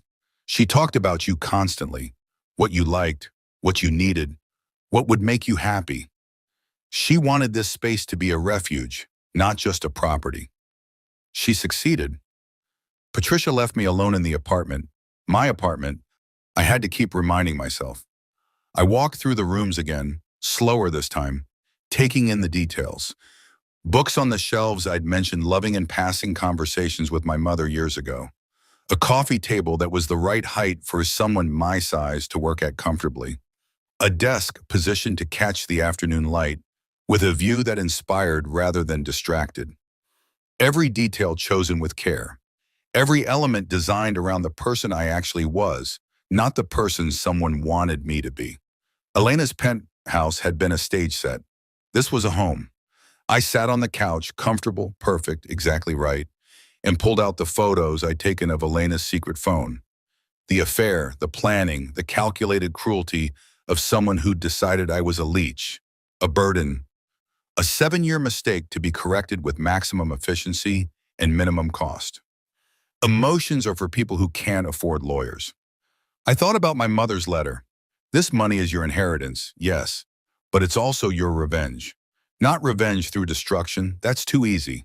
Revenge through success, through thriving, through building a life so magnificent that everyone who doubted you has to witness it. Elena had no idea what was coming, had no idea who I was now, what I had access to, what I was becoming. She thought she'd won, thought she'd cast off the dead weight, upgraded to someone more exciting, freed herself from the burden of a husband who'd never quite been enough. She thought I'd be scrambling for apartments I couldn't afford, jobs I was lucky to get, a life rebuilt from scraps. She had no idea I was sitting in a penthouse worth 10 times what hers was, with access to resources that made her family's wealth look like a rounding error, with lawyers in London waiting to brief me on my dynasty-level fortune. She'd played her hand completely. Now it was my turn to play mine. But not yet. Not until London. Not until I understood the full scope of what I had, what I could do, who I was becoming. Let her celebrate with Marcus. Let her think she'd gotten away clean. Let her sign the divorce papers and move on with her exciting new life. The truth would find her eventually. And when it did, I'd make sure every word of her non-disparagement clause was worth its weight in gold. Because I wouldn't need to say anything at all. The truth would speak for itself. Tuesday morning, 5:15 a.m. I stood at the floor-to-ceiling windows of the Tribeca penthouse, watching the city wake up in shades of gray and gold. Across the river, the lights of Jersey City flickered like distant stars. Below, early joggers traced paths along the waterfront, their breath visible in the October cold. I'd barely slept, had spent most of the night sitting on the couch my mother had chosen, reading through the documents Whitmore and Associates had sent. Property portfolios, investment summaries, corporate board information, legal structures so complex they required glossaries to understand. My phone showed 5:17 a.m. The car would arrive in 13 minutes. I'd packed differently this time. Not the old duffel bag, that felt wrong somehow, like clinging to a version of myself that no longer existed. Instead, I'd found luggage in the apartment's storage closet, expensive leather pieces monogrammed with my initials in subtle stitching. My mother had thought of everything, including the baggage I'd need when I finally stepped into the life she'd been preparing for me. The irony wasn't lost on me. My phone buzzed. A text from an unknown number. "Car is downstairs, Mr. Chen. Take your time." I took one last look around the apartment, at the bookshelves and the comfortable furniture, and the photo of my parents laughing in front of a restaurant, at the space that had been waiting for me for 6 years, maintained and prepared and kept ready for the moment I'd need it. "Thank you, Mom," I whispered to the empty room. Then I grabbed my bag and left. The car was exactly what I'd requested. Discreet. A black sedan, unmarked, the kind that could have been an Uber or a private car or anything else.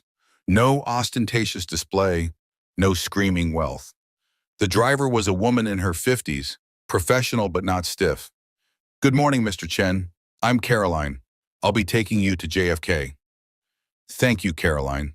She took my bag, loaded it efficiently, and within minutes we were moving through the empty streets of pre-dawn Manhattan.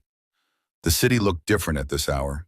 Quieter, more honest, stripped of the performance it wore during daylight hours. "First time flying first class?" Caroline asked after a while. "Is it that obvious?" She smiled in the rearview mirror on. "You keep checking your ticket on your phone. People who fly first regularly don't do that. They know it'll be there." I laughed, embarrassed.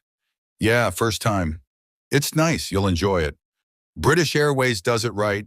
Lie flat seats, actual food, people who leave you alone if you want to be left alone. That last part sounds perfect. We drove in comfortable silence for a while. The sunrise was beginning now, painting the sky in colors that made the city look almost beautiful, almost forgivable. My phone buzzed. Elena's lawyer. Mrs. Whitmore has signed the divorce papers.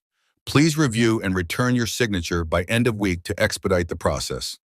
She'd signed, already. We'd been married 7 years and she'd signed away the whole thing in less than 72 hours.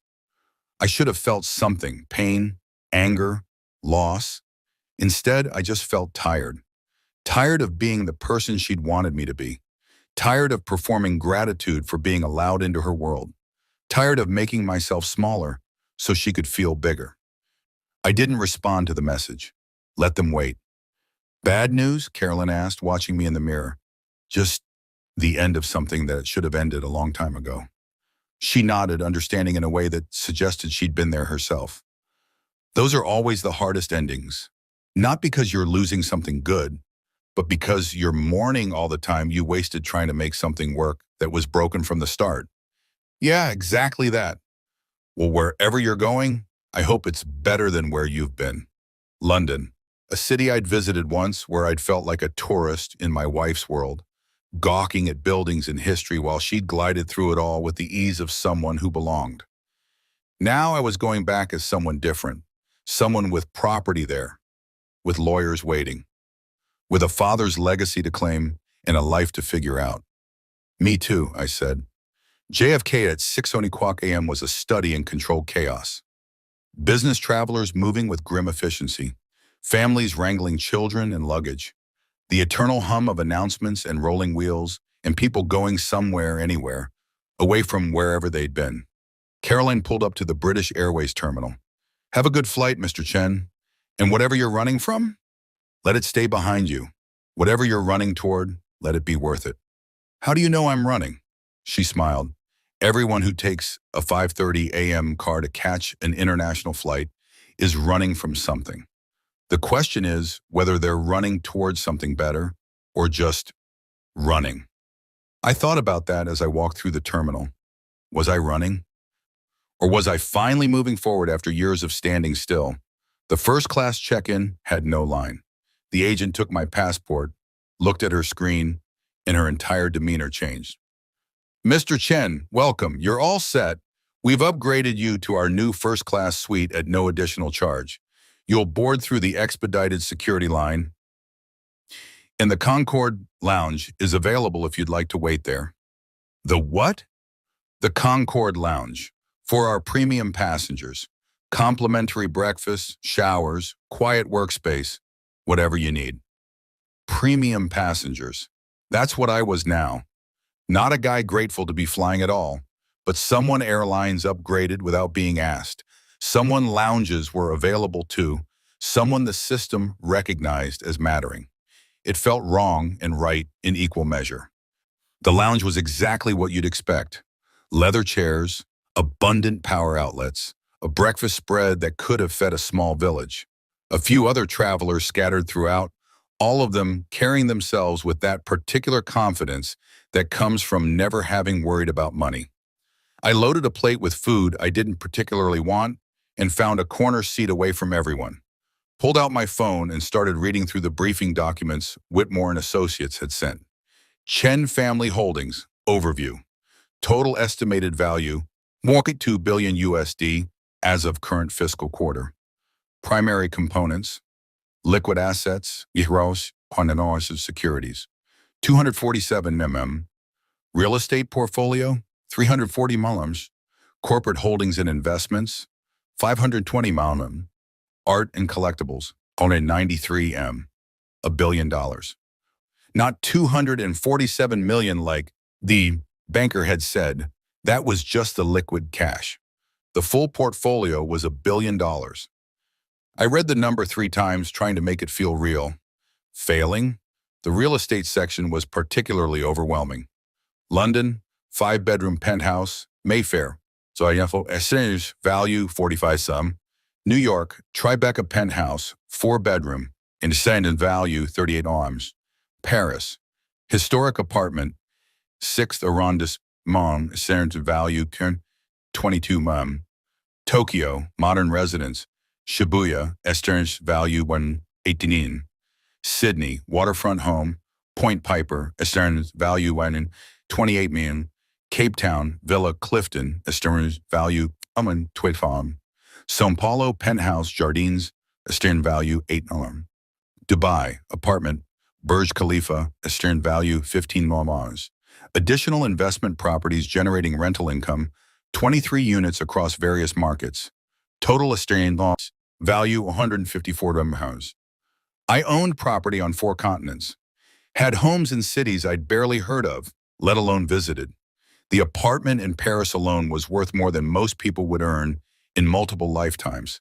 And I'd been living in Elena's penthouse, grateful for the privilege, never knowing I had my own property sitting empty, waiting for me. The corporate holdings were even more staggering. Board positions with voting rights and stipends. Tech venture capital partners, annual stipend 2.8. Global Logistics International, annual stipend 3.2. Chen Pacific Investment Group, annual stipend 2.1 million. Renewable Energy Holdings Limited, annual stipend 1.9 M. Healthcare Innovation Fund, annual stipend 2.4 M. Asian Markets Development Corp, annual stipend 3.1 M. $15 million per year just for attending board meetings. That was more than Elena's entire family generated from their supposedly impressive trust fund. I was richer than the woman who'd thrown me out for being poor. The absurdity of it would have been funny if it wasn't so devastating. First time seeing the big picture? I looked up. A man in his 60s had taken the seat across from me. Silver hair, expensive suit, the kind of face that had spent decades in boardrooms making decisions that affected thousands of lives. I'm sorry, he gestured at my tablet. The way you're staring at those documents, the particular expression of someone seeing their net worth laid out for the first time and trying to process what it means. I've seen that look before, usually on the faces of lottery winners or people who've just inherited something significant. I should have been annoyed at the intrusion. Instead, I was curious. Which were you? Neither. I built mine the old-fashioned way. 60-hour weeks for 40 years, 3 failed marriages, and more stress ulcers than any human should survive. He extended a hand. Jonathan Chen. No relation, I assume, though. The name made me notice your documents. I shook his hand. David Chen.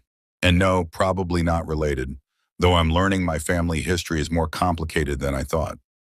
Isn't everyone's? He settled back in his chair. Word of advice, if you want it, don't let the numbers define you. I see a lot of people, young people usually, who inherit or suddenly acquire significant wealth, and it destroys them. They stop being people and become portfolios. Stop having goals and start having acquisition strategies. You think that's what happens? I think money is a tool or a trap depending on how you approach it. Used right, it gives you freedom. Freedom to pursue what matters, to help who you want to help, to build something meaningful. Used wrong, it becomes your identity, your only identity. I thought about Elena, about her friends, the ones who'd never worked a day in their lives but talked constantly about being busy with their foundation boards and charity galas. People who'd let their money become their entire personality. How do you know the difference? I asked. Ask yourself what you'd do if you lost it all tomorrow. If the answer is panic or not know who I am anymore, you've let it become a trap. If the answer is figure it out and rebuild, you're using it as a tool. And which are you? He smiled. I'd be fine. Annoyed, definitely, but fine. Because I know who I am independent of the bank balance. Took me 3 divorces and a heart attack to figure that out, but I got there eventually.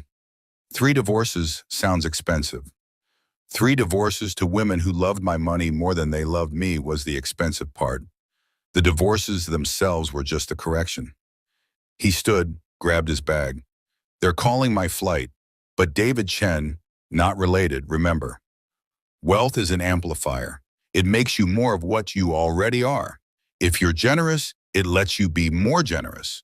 If you're cruel, it lets you be more cruel. If you're lost, it makes you more lost. And if you're angry, he paused, studying me, then it lets you be more angry, which can be useful if the anger is directed at the right targets and channeled into the right actions. But anger that just burns without purpose, that'll consume you faster than any amount of money can sustain. He left. I sat there with my tablet, my billion-dollar portfolio, my board positions and properties and liquid assets, and thought about anger. I was angry. At Elena for 7 years of making me feel small. At myself for letting her, at the system that let people like her glide through life on inherited wealth, while people like my mother worked themselves to death. But Jonathan Chen, not related, was right. Anger without purpose was just corrosive. Anger channeled into something constructive, something meaningful, something that made the world better rather than just making you feel better. That was different. My mother had given me a fortune. What I did with it, whether I used it as a tool or let it become a trap, was up to me. The flight was called. I boarded through a separate entrance, away from the crowds, into a cabin that bore no resemblance to any airplane I'd ever been on. The first-class suites were private pods with doors that closed, seats that transformed into fully flat beds, personal wardrobes for hanging clothes. The flight attendant, Emma, her name tag read, greeted me with a warmth that seemed genuine rather than performed. "Mr. Chen, welcome aboard. Can I get you started with a drink, champagne, perhaps? Or we have an excellent selection of wines." "Just water, thank you." "Of course. And for breakfast, we'll be serving shortly after takeoff. The menu is in your suite, but I'm happy to walk you through the options." She left me alone to settle in. The suite had more space than some New York studio apartments. A TV screen, a tablet loaded with entertainment, a amenity kit from some designer brand I didn't recognize, pajamas and slippers in case I wanted to change. This was how the other half lived. The half Elena had always belonged to and I'd been granted temporary access to through marriage. Except now I didn't need her permission, didn't need her family's acceptance, didn't need to perform gratitude for being allowed into spaces I could now access on my own merit, or at least on my own money, which apparently was the only merit that mattered at this altitude. The plane filled slowly. Through the gap in my suite door, I could see other first-class passengers boarding, businessmen in suits, a couple who looked like they'd never flown any other way, a woman with the kind of jewelry that suggested her net worth had its own zip code. And then, impossibly, I heard a voice I recognized. "Yes, the suite is fine. No, I don't need champagne. I need the Wi-Fi password. I have emails to send." Elena, my blood went cold. I closed my suite door completely, peered through the small gap. 3 rows ahead, being shown to her own suite. Elena, dressed in travel casual that probably cost more than most people's wardrobes, her hair perfect, her manner imperious. She was on my flight to London. Of course she was, because the universe apparently had a very specific sense of humor about these things. I pulled out my phone, hands shaking, and texted Whitmore and Associates. "Is there any way to change seats without changing flights?" "Situation has developed." The response came quickly. "I can inquire with the airline." "Is there a problem, Mr. Chen?" "My soon-to-be ex-wife is on this flight. 3 rows ahead."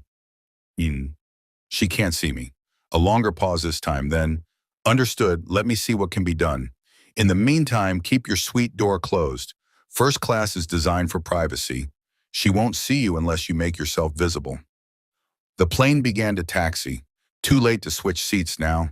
I was trapped in a metal tube at 35,000 feet with the woman who'd thrown me out 72 hours ago, who had no idea that the broke husband she'd discarded was sitting in a suite that cost more than the monthly rent on Marcus's apartment. Emma appeared at my door. "Mr. Chen, is everything all right? You look pale."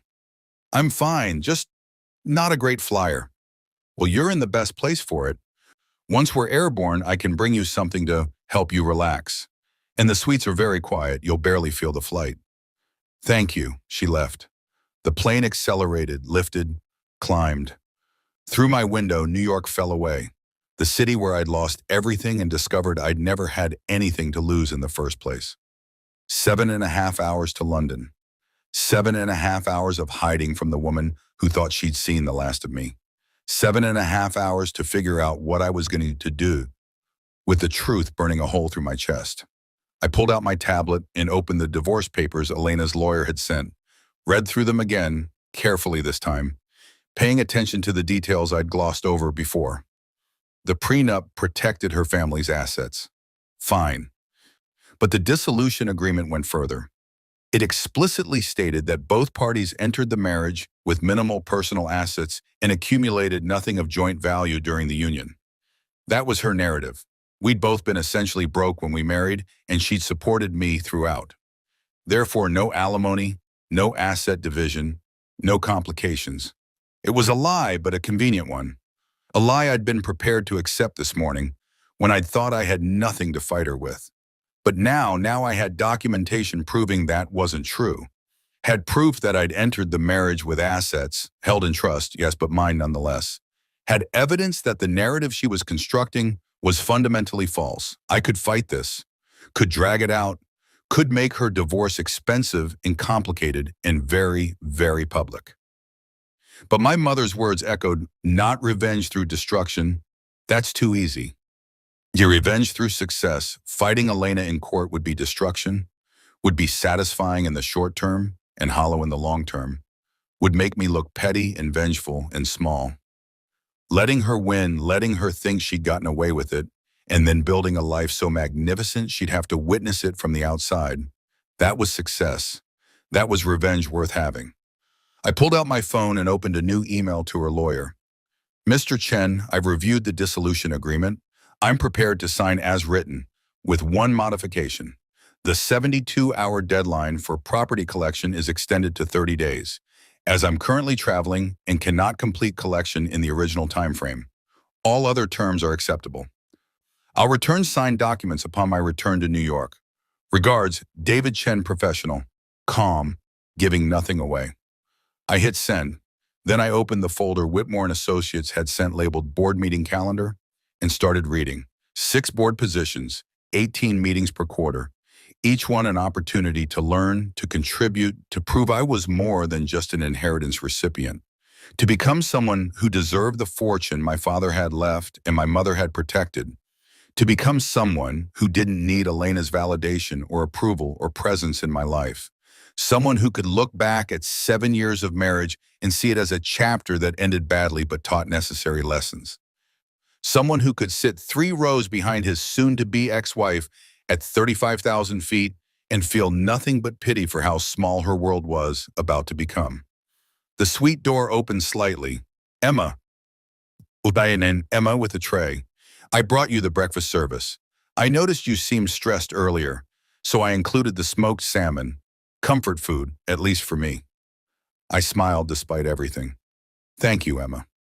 And Mr. Chen, whoever she is, whatever happened, you're going somewhere better. I can always tell. How? Body language. People flying towards something good sit differently than people flying away from something bad. You're doing both, which means you're in transition. And transitions are hard, but they're also where life gets interesting. She left me with breakfast and wisdom and the gentle hum of engines carrying me toward a life I hadn't known existed 72 hours ago. Somewhere ahead, Elena was probably checking email, planning her exciting new life with her exciting new man, celebrating her clean break from the burden of a husband who'd never been quite enough. She had no idea I was 3 rows behind her. She had no idea what was waiting for me in London. She had no idea that by the time this flight landed, I'd be a different person than the one she'd thrown away. I ate my breakfast, the smoked salmon really was comfort food, and watched the Atlantic scroll by below, dark and endless and full of possibility. Behind me, 7 years of being small. Ahead, whatever I chose to build with the tools my mother had left me. The choice finally was mine. Heathrow at 9 p.m. local time was a blur of fluorescent lights and crowds moving with the exhausted determination of people who'd been compressed into metal tubes for hours and just wanted to be anywhere else. I'd spent the entire flight in my suite with the door closed, pretending to sleep, actually reading through board meeting minutes and financial reports until my eyes burned. Emma had checked on me periodically, bringing meals I barely touched, asking if I needed anything with the kind of attentiveness that made me wonder if the airline had been told I was someone important, which apparently I was. 3 rows ahead, Elena had disembarked first. First-class passengers got priority everything. A fact I was learning in real time. I'd watched through the gap in my door as she'd swept past. Phone pressed to her ear, laughing at something someone said. Probably Marcus. Probably planning where they'd meet in London, what exciting things they'd do together now that she was free. I waited until she was completely gone before leaving my suite. Immigration was surprisingly quick. The officer glanced at my passport, asked the purpose of my visit. Business, I'd said, which was technically true, and waved me through without the usual interrogation about return flights and accommodation. Money, I was learning, made borders more permeable. Baggage claim was where it got interesting. I was standing at the carousel watching luggage circle like some kind of existential meditation on travel when I heard my name. Mr. Chen? I turned. A man in his 30s, impeccably dressed in a dark suit, holding a tablet with my name on it. Behind him, a woman about the same age with sharp eyes and a leather portfolio. Yes?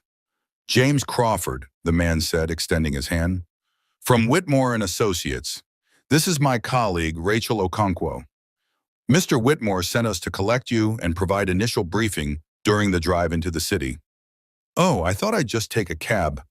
Please, Rachel said, her accent British with Nigerian undertones. We have a car waiting, and there's quite a bit to cover before your meetings tomorrow. It's easier to start now, if you don't mind. Mind? I was still trying to process that they'd sent 2 lawyers to the airport to collect me like I was someone whose time was too valuable to waste on ground transportation logistics. Sure, okay. My bag appeared on the carousel, easy to spot among the standard black luggage, the monogrammed leather standing out like a beacon. James grabbed it before I could move. This way, please. They led me through the terminal, past the taxi queues and shuttle bus stops, to a private car park where a Mercedes waited, engine running, driver ready. This was how the other half traveled. Not waiting in lines, not figuring out ground transportation, not worrying about anything except showing up and being driven to wherever they needed to be. The car was warm, comfortable, equipped with bottled water and a small selection of snacks. James and Rachel sat across from me, tablets out, looking like they were about to conduct a mobile board meeting, which I suppose they were. So, Rachel began as the car pulled into London traffic. How much do you know about your father's business empire? Almost nothing. Until Saturday, I didn't know he existed. They exchanged a glance that suggested they'd expected this answer. Right, James said. Well, the short version is that Richard Chen was a financial genius who made his first fortune in technology investments in the late 1980s, then diversified into real estate, venture capital, and strategic acquisitions. He was particularly skilled at identifying emerging markets before they emerged, invested heavily in Asian tech companies before the boom, renewable energy before it was fashionable, logistics infrastructure before e-commerce made it essential. He was also intensely private, Rachel added. Most of his wealth was held through shell companies and trusts. His name didn't appear on rich lists or in business magazines. People in certain circles knew of him, respected him, but the general public had no idea he existed, like my mother had wanted for me. Your mother's instructions were very specific, James continued. You were to inherit everything, but only when you accessed the account she'd given you. Until then, the assets were to be managed conservatively, grown steadily, and kept completely separate from your life. Why? I mean, I understand she wanted me to have a normal childhood, but why keep it secret even after I was an adult? Rachel leaned forward. Because she wanted to make sure you developed your own identity first. Wanted you to build relationships based on who you are, not what you have. Wanted you to understand the value of work, of struggle, of building something from nothing. She wanted you to be strong enough to handle wealth without letting it define you, James said. And she was willing to gamble your entire inheritance on that belief. If you'd never used the card, never needed the money, it would have gone to charity. She was that committed to the idea that you shouldn't have access to wealth until you were ready for it. The car moved through London streets that looked vaguely familiar from my one previous visit. Except then, I'd been seeing the city through Elena's filter. The tourist spots she deemed worthy, the restaurants her mother recommended, the shopping districts where she could find things you can't get in New York. Now I was seeing it as someone who apparently owned property here, who had business here, who belonged in whatever complicated way inherited wealth conferred belonging. So what happens now? I asked. Rachel opened her portfolio. Tomorrow morning, 9 o'clock a.m., you'll meet with Mr. Whitmore and the senior partners. They'll walk you through the complete portfolio, every asset, every investment, every property. You'll sign documents transferring legal authority from the trust to you personally. You'll be briefed on your board positions and what they entail. And then you decide what kind of heir you want to be, James said. Some people who inherit wealth become caretakers. They maintain what they've been given but don't really engage with it. Others become stewards. They actively manage, grow, shape the portfolio. And some become visionaries. They take the foundation they have inherited and build something entirely new. Which was my father? Visionary, but tomorrow, Rachel said without hesitation. He didn't just maintain wealth, he created it, saw opportunities others missed, took calculated risks that paid off spectacularly. And my mother? They both smiled. Your mother was the moral compass, James said. Richard would come up with brilliant financial strategies, and Margaret would ask if they were ethical, if they helped people or just extracted value, if they built something meaningful or just accumulated more zeros. She kept him honest, Rachel added, made him think about legacy beyond just money. Several of his most successful ventures, the renewable energy investments, the healthcare innovation fund, the educational infrastructure projects in developing countries, those were all her influence. I thought about my mother in her nurse's scrubs, working double shifts, clipping coupons, pretending we were poor while quietly ensuring her secret partner's billions were being deployed for good. She sounds exhausting, what I said. Rachel laughed. Oh, she was. We have meeting notes. She'd call Mr. Whitmore monthly to check on the portfolio, question investment decisions, demand detailed explanations of the social impact of every major position. She drove him crazy. He absolutely adored her. The car pulled up to a hotel I recognized from Elena's pointed comment years ago. The Connaught. All understated elegance and old money confidence. The kind of place that didn't need to advertise because the people who belonged there already knew about it. We've arranged a suite for you, James said as the driver opened my door. Mr. Whitmore thought you might need a few days to adjust, so there's no specific departure date. Stay as long as you need. A doorman materialized to take my bag. Another staff member appeared with a welcome drink on a silver tray. The lobby glowed with soft lighting and expensive surfaces, and the quiet hum of wealth so secure it didn't need to prove anything. One more thing, Rachel said before I could escape into the hotel. Your mother left you a letter, a second letter. Mr. Whitmore has it. He'll give it to you tomorrow after the portfolio briefing. She wanted you to have the full picture first, before reading her final thoughts. What does it say? We don't know. The envelope is sealed, but Mr. Whitmore says it's important, that it will help you understand not just what you have, but what you're supposed to do with it. They left me there with my luggage and my confusion and the growing sense that my mother had orchestrated every detail of this revelation with the precision of someone who had spent years planning for a single moment. The suite was absurd. Not just a room, a full apartment, living area, bedroom, bathroom with a tub the size of a small pool, a second bedroom I had no use for, a dining table that could seat 8.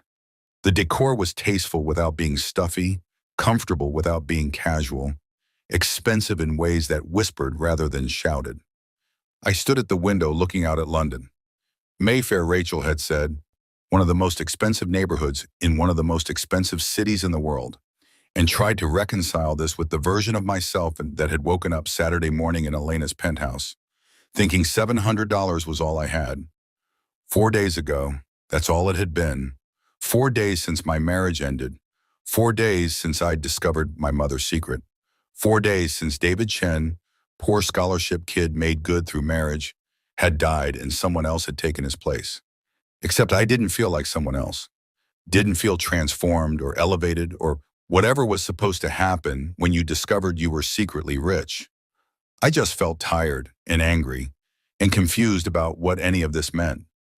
My phone buzzed, a text from Marcus.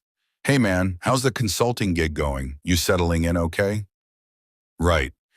My fictional job interview, my fictional trial project, my fictional life that was easier to maintain than explaining the truth. It's good, I typed back. Lot to learn, might be here longer than I thought. That's great. They must really like you.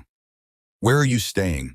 I looked around the suite, at the fresh flowers in crystal vases, at the minibar stocked with top-shelf everything, at the toiletries that probably cost more than Marcus spent on groceries in a week. Corporate housing, I lied. Nothing fancy, but it works. Another buzz, different number. Elena's lawyer, Mrs. Whitmore, has agreed to the 30-day extension for property collection. Please note that uncollected items after that deadline will be donated as specified in the original agreement. So Elena had signed off on giving me more time. Probably relieved. Actually, 30 more days before she had to think about me again. Before my existence intruded on her exciting new life with her exciting new man. 30 days seemed like both forever and not enough time at all. I ordered room service, not because I was hungry, but because I wanted to see what 85 club sandwich tasted like. Turned out it tasted like regular club sandwich, but with more guilt and garnish. Then I tried to sleep. Couldn't. Instead, I lay in a bed that cost more per night than I used to make in a week, staring at the ceiling, thinking about my mother working double shifts while managing $1 billion portfolio. About my father, the man I'd never meet, who'd built an empire and given it all to a son he'd never know.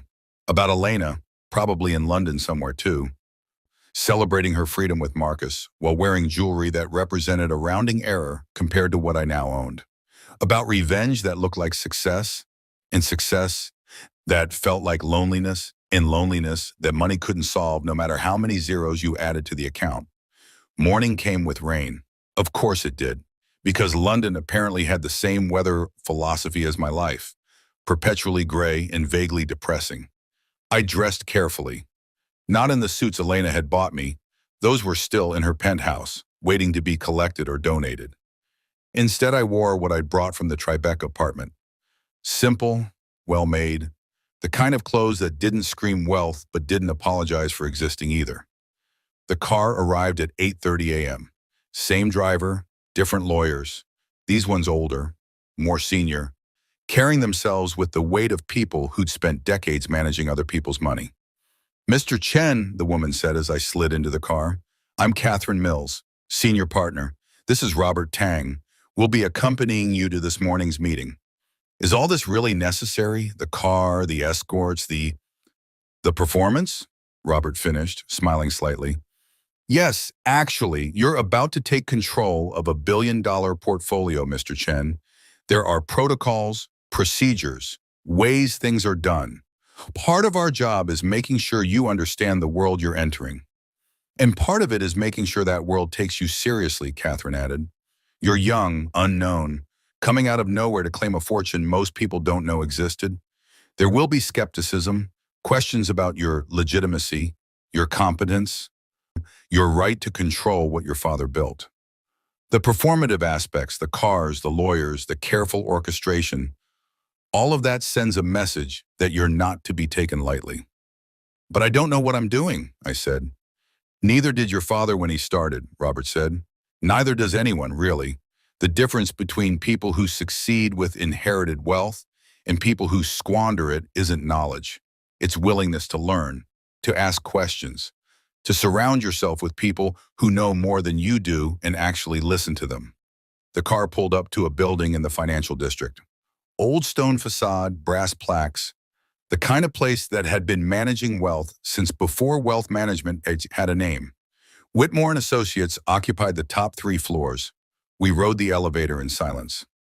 The doors opened to a reception area that looked like a museum, antique furniture, oil paintings and gilt frames, a Persian rug that probably cost more than most cars. And standing in the center of it all, a man in his late 70s with white hair and piercing blue eyes. Alexander Whitmore. Mr. Chen, he said, walking forward with his hand extended. Finally, I've been waiting 6 years to meet you. His grip was firm, his gaze assessing. Up close, I could see the decades in his face, the lines earned through complicated negotiations and difficult choices, the weariness of someone who'd seen too much of how money warped people. Mr. Whitmore? Please, Alexander. Your father was Richard to me, not Mr. Chen, and your mother was Margaret, who terrified me on a regular basis with her ethical interrogations. I'm not going to stand on formality with their son.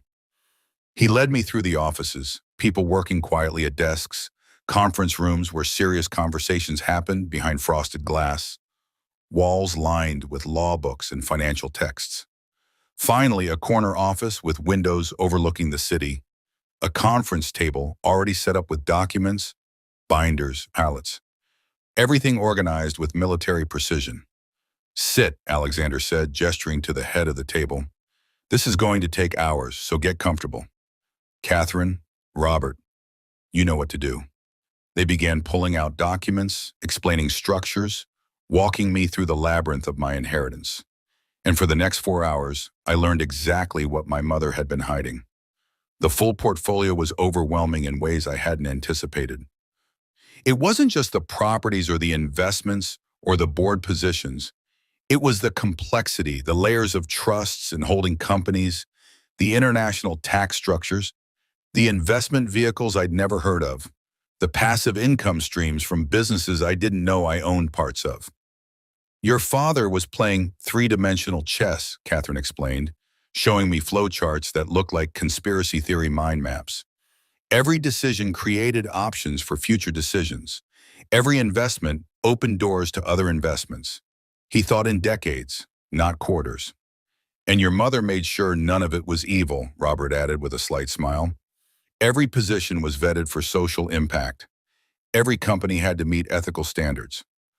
She rejected several extremely profitable opportunities because they failed her moral calculus. Like what? I asked. Private prisons, Alexander said. Predatory lending, fossil fuel extraction in protected areas. Tobacco, obviously. Weapons manufacturing for authoritarian regimes. Your father wanted to invest in all of them. Purely from a returns perspective, they were excellent opportunities. Your mother said absolutely not, and she won every argument. I thought about that, about my mother, nurse and moral compass, vetoing billion-dollar opportunities because they made money the wrong way. So what do I own? I asked. Catherine flipped to a summary document. Clean energy companies, healthcare innovation firms, educational technology, affordable housing development, logistics and infrastructure that enables commerce but doesn't exploit labor, technology companies with ethical data practices, agricultural investments focused on sustainable practices. She essentially forced your father to become an impact investor before impact investing had a name, Robert said. And here's the beautiful part. It worked. The portfolio performs exceptionally well precisely because it invests in things that solve problems rather than exploit them. Turns out ethical business is good business. So what's the catch? I asked. Alexander laughed. Smart. Yes, there's a catch. Several, actually. He pulled out another document, this one labeled Obligations and Expectations. First, the board positions. You can't just collect the stipends and ignore the responsibilities. These companies need actual oversight, actual governance. You'll need to attend meetings, read briefings, understand the industries, vote on major decisions. It's work, not free money. Okay. Second, the properties. Several are generating rental income, but they require active management, maintenance decisions, tenant relations, strategic choices about when to hold versus when to sell. You'll need property managers, but you're ultimately responsible. Okay. Third, and most importantly, the legacy. Your father built this empire with your mother's ethical guidance. That guidance is now your responsibility. Every investment decision, every board vote, every strategic choice, you're the moral compass now. And people will be watching to see if you maintain the standards she set. He paused, studying me. No pressure, obviously. I laughed, slightly hysterical. Right. No pressure, just become the person my mother spent my entire childhood preparing me to be, while also learning how to manage $1 billion and sit on corporate boards and maintain properties on 4 continents and somehow not become the kind of person who lets money define them. Easy. Actually, Alexander said quietly, I think you'll be fine. Why? Because you're terrified. People who inherit wealth and immediately think they know what they're doing, those are the ones who crash and burn. People who inherit wealth and are appropriately terrified, those are the ones who ask questions, listen to advisors, make careful decisions. Fear is healthy. It keeps you humble. Catherine slid one more document across the table. There's also this. I looked down. It was a sealed envelope. My name written on the front in my mother's handwriting. Alexander stood. We'll give you some privacy. Take your time. When you're ready, we'll be outside. They filed out, closing the door behind them. I sat alone in that conference room, surrounded by documents explaining my billion-dollar inheritance, holding the last letter my mother would ever write me. Outside the windows, London continued its daily business, people rushing to meetings, making deals, building careers, living lives that intersected with money but weren't defined by it. I took a breath and opened my mother's final message. My darling David, if you're reading this, you've made it to London. You've seen the portfolio. You've met Alexander and his team. You've started to understand what your father built and what I protected. And you're probably terrified. Good. The handwriting was shakier than in the first letter. She must have written this even closer to the end, when the cancer had stolen more of her strength. I had to squint to read some words, had to guess at others where her hand had trembled too much to form letters properly. I need to tell you something I couldn't say in the first letter. Something about your father that changes everything. Richard didn't just give you money, David. He gave you a choice. When he knew he was dying, heart disease, same thing that killed his father, he rewrote his entire estate plan. His legitimate children, the ones from his marriage, they got the company, the public legacy, the Chen name in the business world, everything their mother expected them to inherit. But you got something different. You got freedom. His public fortune was tied to obligations, board seats he'd held for decades, family expectations, social responsibilities, the weight of being a Chen in the circles where that name mattered. His children inherited all of that. The privilege, yes, but also the prison. You inherited the private fortune, the one he built separately, carefully, with no strings attached. No family obligations, no expectations from ancestors or society or anyone except yourself. My hands were shaking now. Do you understand what that means? You don't have to be anyone. You don't have to maintain a dynasty or live up to a name or perform for people who knew your father. You get to decide completely, totally who you want to be. You can take the board seats or decline them, keep the properties or sell them. Stay in New York or move to Tokyo or disappear to a beach somewhere and never think about money again. You can be a philanthropist or an investor or a teacher or absolutely nothing at all. That's the gift, baby. Not the money, the choice. Your half-siblings will never have that. They'll spend their lives being Richard Chen's children, living up to his legacy, trapped by expectations and obligations in the weight of a name they didn't choose. You get to be David Chen, whoever that turns out to be. But here's what I need you to understand. With that freedom comes responsibility, not to your father's memory, or to his business empire, or to anyone else's expectations. Responsibility to yourself. You have resources now that most people can't imagine. Resources that can change lives, solve problems, build things that matter. What you do with them, how you use this freedom, that's the real inheritance. Will you use it to become someone I'd be proud of? Someone you'd be proud of? Or will you let it make you lazy, entitled, disconnected from the people and struggles that shaped you? I can't control that. Your father couldn't control it. That's why we built all these structures, all these delays, all these tests, not to control you, but to give you the best chance of controlling yourself. The money isn't a reward, David. It's a tool. What you build with it is up to you. But if you're reading this in Alexander's office, overwhelmed and scared and wondering how the hell you're supposed to do any of this, Then I'll tell you what I would have told you if I were still there. Start small. Start with one thing that matters to you, one problem you want to solve, one person you want to help, one corner of the world you want to make slightly less terrible. And then do that, just that. Let everything else wait. You don't have to change the world tomorrow, baby. You just have to show up today and try to be decent with the resources you've been given. The rest will figure itself out. The letter continued, but my vision was blurring too much to read clearly. I blinked hard, trying to clear my eyes, trying to hold it together in this conference room where lawyers who'd known my mother were probably listening outside the door. I'm sorry I won't be there to see who you become. I'm sorry I had to lie to you for so long. I'm sorry for every hard moment, every struggle, every time you went without something because I was pretending we couldn't afford it when we absolutely could. But I'm not sorry for raising you the way I did. I'm not sorry for making you work for things, fight for things, understand that nothing worth having comes easy. Because now when you have everything, you'll know what nothing feels like. And that knowledge, that memory of struggle, that's worth more than any amount of money I could have given you. You're going to be fine, David, better than fine. You're going to be exactly who you're supposed to be. I love you. I've always loved you. I'll love you forever. Now go build something beautiful with the mess I've left you, Mom. P.S. Alexander has something else for you, a key.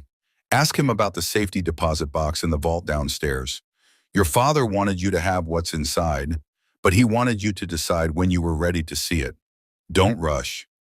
Some truths can wait until you're strong enough to carry them. I set the letter down carefully, like it might disintegrate if I handled it too roughly. Outside the windows, London continued. Rain had started again, painting the glass in rivulets that distorted the city into something abstract and unreal. I thought about my half-siblings, somewhere in the world carrying the burden of being Richard Chen's legitimate children, managing his company, living up to his public legacy, trapped by the weight of expectations I'd never have to bear. I thought about Elena, who'd thrown me out because I wasn't enough, wasn't exciting enough, wasn't wealthy enough, wasn't whatever enough, never knowing that I was inheriting freedom itself. And I thought about my mother working herself to death to give me the gift of choice. The door opened quietly. Alexander stepped in, saw my face, and stopped.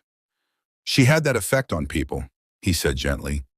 Even from beyond the grave, Margaret Chen could make you feel simultaneously loved and terrified.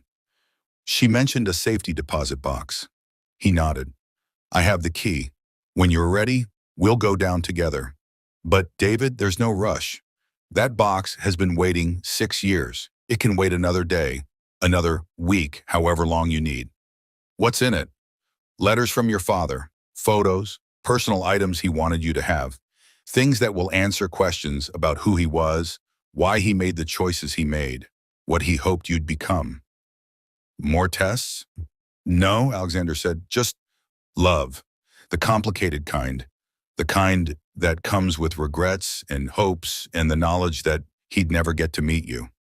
I looked down at my mother's letter, at her shaky handwriting and her fierce love and her absolute conviction that I'd be okay. Start small, she'd written. One thing that matters. I knew what that one thing was. Alexander, I said, I need you to do something for me. Something that has nothing to do with the portfolio or the board seats or any of this. Of course, I need you to find out everything you can about my wife, Elena Whitmore, her family's money, where it came from, how it's structured, what it's actually worth. He raised an eyebrow. May I ask why? Because she thinks she won, and I need to know exactly what she thinks she won before I decide what to do about it. Alexander smiled, small, knowing, the expression of someone who'd seen this play before and knew how it ended. Your mother would approve, he said. She always said the best revenge was understanding your opponent better than they understood themselves. This isn't revenge, isn't it? I thought about that, about Elena's casual cruelty, about 7 years of making me feel small, about being thrown out like trash while she celebrated with her someone. Maybe it is, I admitted, but the quiet kind, the kind that doesn't destroy, it just reveals. Those are the most satisfying ones, Alexander said. I'll have a full report by tomorrow morning. Everything, finances, properties, family history, Business dealings, scandals, secrets. If it exists, we'll find it. Thank you. He moved toward the door, then paused. David, your mother spent 6 years preparing for this moment, planning every detail, anticipating every contingency, making sure you'd be protected and prepared. But there's one thing she couldn't plan for. What's that? What kind of man you'd choose to be with all this power? That's on you now. Choose well. He left me alone with my mother's letter and the weight of $1 billion and the question that would define everything that came next. Who was I going to be? The hotel suite felt different when I returned that evening. Not physically, it was still absurdly luxurious, still decorated with the kind of tasteful excess that whispered old money. But something in me had shifted during those hours in Alexander's office, reading my mother's final words, understanding for the first time what she'd actually given me. Not just money, freedom. I stood at the window watching London's lights flicker on as dusk settled over the city. Somewhere out there, Elena was probably having dinner with Marcus, laughing about how smoothly the divorce was proceeding, how grateful she was to be free of the husband who'd never quite measured up. She had no idea I was here, had no idea I'd been 3 rows behind her on the flight, had no idea that the broke, desperate man she'd discarded was standing in a suite that cost more per night than she'd given me to rebuild my entire life. My phone buzzed, a message from Alexander. Preliminary report attached, full analysis by morning, but these are the highlights. Call me if you have questions. I opened the attachment. Whitmore Family Financial Overview. Preliminary. Elena Margaret Whitmore, age 34. Primary residence, Manhattan, NY. Penthouse, Upper East Side. Estimated personal net worth, 8.2, which is $8 million. That was what Elena had, what her whole family had given her. The trust fund she'd lived off, the wealth that had made her feel entitled to judge everyone else's financial worth. $8 million. I owned property worth more than that, individual properties. The Paris apartment alone was worth almost 3 times her entire net worth. I kept reading. Source of wealth. Family trust fund established by grandfather, Harrison Whitmore, 8.2 M sum. No significant personal income or business ventures. Trust generates approximately $320K annually in distributions. Primary residence purchased by family trust, held in her name, family wealth, combined. Father Robert Whitmore, 42 M, real estate holdings, primarily commercial. Mother Catherine Whitmore, 18 M, inheritance from her family. Total family net worth, 68 M, $68 million. That was the entire Whitmore family fortune. The wealth that had made them feel superior, that had bought them into the right clubs and the right circles and the right zip codes. I had more than 10 times that. Just me. Not my family, not a dynasty built over generations. Just what my father had left and my mother had protected. The report continued. Notable financial context.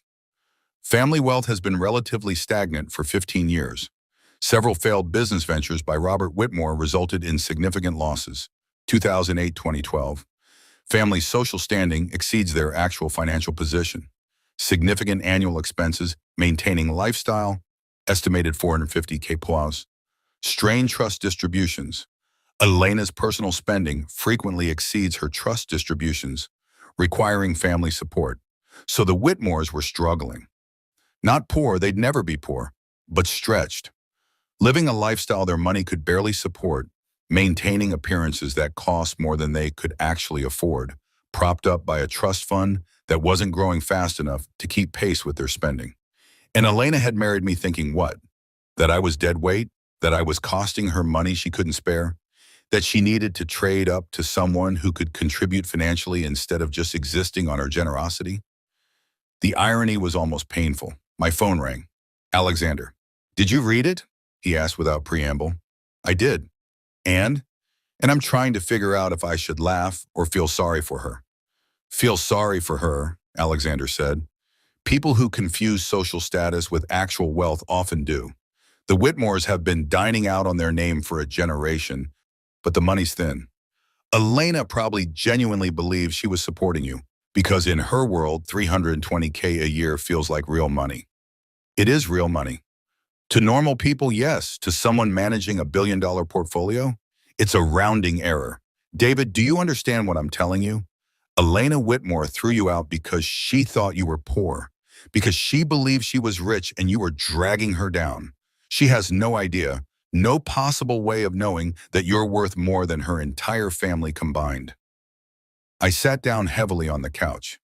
So what do I do with this information? That's entirely up to you. You could reveal it, show her exactly who she discarded. You could use it as leverage in the divorce, though I suspect you don't need to. Or you could do nothing. Let her think she won. Let her move on with her life, never knowing the truth. What would my mother want me to do? A long pause. Your mother would want you to be happy. Everything else is secondary. That's not an answer. Yes, it is. It's the only answer that matters. David, you're standing at a crossroads. One path is revenge. Public, satisfying, and the kind of thing that would make Elena understand exactly what she lost. The other path is moving forward, building the life you want without looking back at the people who didn't deserve to be part of it. And if I want both, he laughed, then you're definitely your mother's son. She'd want both too. The question is, can you have revenge without it consuming you? Can you let Elena see the truth without letting that truth define your next chapter? I thought about my mother's letter. Start small. One thing that matters, making Elena suffer didn't matter. Not really. What mattered was building something with this freedom I'd been given. Something that would make the last 6 years of planning and protecting worth it. But letting her think she'd won. Letting her move through life, believing she'd upgraded, believing I was the mistake she'd successfully corrected. That stuck in my throat like broken glass. There's something else in the report, Alexander said quietly. Page 3. You should read it. I scrolled down. Recent developments. Elena Whitmore has been in a relationship with Marcus Hendricks for approximately 8 months. Hendricks, age 36, investment banker. Personal net worth, $12 million. Relationship began while Elena was still married to David Chen. Evidence suggests financial motivation. Hendricks has been supporting several of Elena's expenses that exceeded her trust distributions. Hendricks recently proposed marriage last week. Wedding planned for spring 2026. The room tilted slightly. 8 months. She'd been cheating for 8 months, had probably started planning the divorce the moment she'd secured Marcus as her replacement. Someone with more money, better prospects, willing to subsidize the lifestyle her trust fund couldn't quite support. I hadn't been dumped because I wasn't exciting enough. I'd been dumped because someone richer had come along. David? Alexander's voice came through the phone. Are you still there? She's engaged, I said flatly. To the man she was cheating with, the man who's worth slightly more than her, just enough to solve her financial problems. Yes. So this was never about love or excitement or any of the reasons she gave me. It was just an upgrade, a financial transaction. It appears so. I thought about the letter she'd left on the pillow, about how she'd needed someone who excited her, who challenged her, who made her feel alive, about how I'd been too comfortable, too safe, too settled. All lies, pretty lies designed to make the betrayal feel like something other than what it was. A cold calculation about who could better fund her lifestyle. Alexander, I said slowly, I'm going to need that full report as soon as possible. I thought you might. It'll be ready by morning. And one more thing. Can you find out where Elena's staying in London? What she's doing here? A pause. I can, but David, what are you planning? I don't know yet, I said honestly, but I think it's time Elena Whitmore met the real David Chen, not the broke husband she discarded, not the grateful recipient of her charity, the actual person I am now. And who is that? I looked around the suite, at the life my mother had built for me in secret, at the freedom my father had died to give me, at the choice that was finally, completely mine. I guess we're all about to find out. The full report arrived at 6:00 a.m. I'd been awake since 4, unable to sleep, my mind churning through possibilities and scenarios and the strange arithmetic of revenge. How much was enough? How far was too far? Where was the line between justice and cruelty, between revealing the truth and weaponizing it. My phone lit up with Alexander's message. Full analysis attached. Also, Elena is staying at Claridge's, room 507. She has dinner reservations tonight at the Ledbury, 8 p.m. Table for two. Thought you might want to know. I opened the report. It was thorough, devastating really, in its clinical dissection of Elena's life and choices. Whitmore Family Financial Analysis. Complete. The first section covered what I already knew. The trust fund, the stagnant wealth, the lifestyle that exceeded their means. But then it got interesting. Marcus Hendricks. Detailed profile. Background. Investment banker at Rothschild & Co. Annual salary, $850K base plus bonus, average 1.2 M total. Personal net worth, 12 primarily stock portfolio and real estate.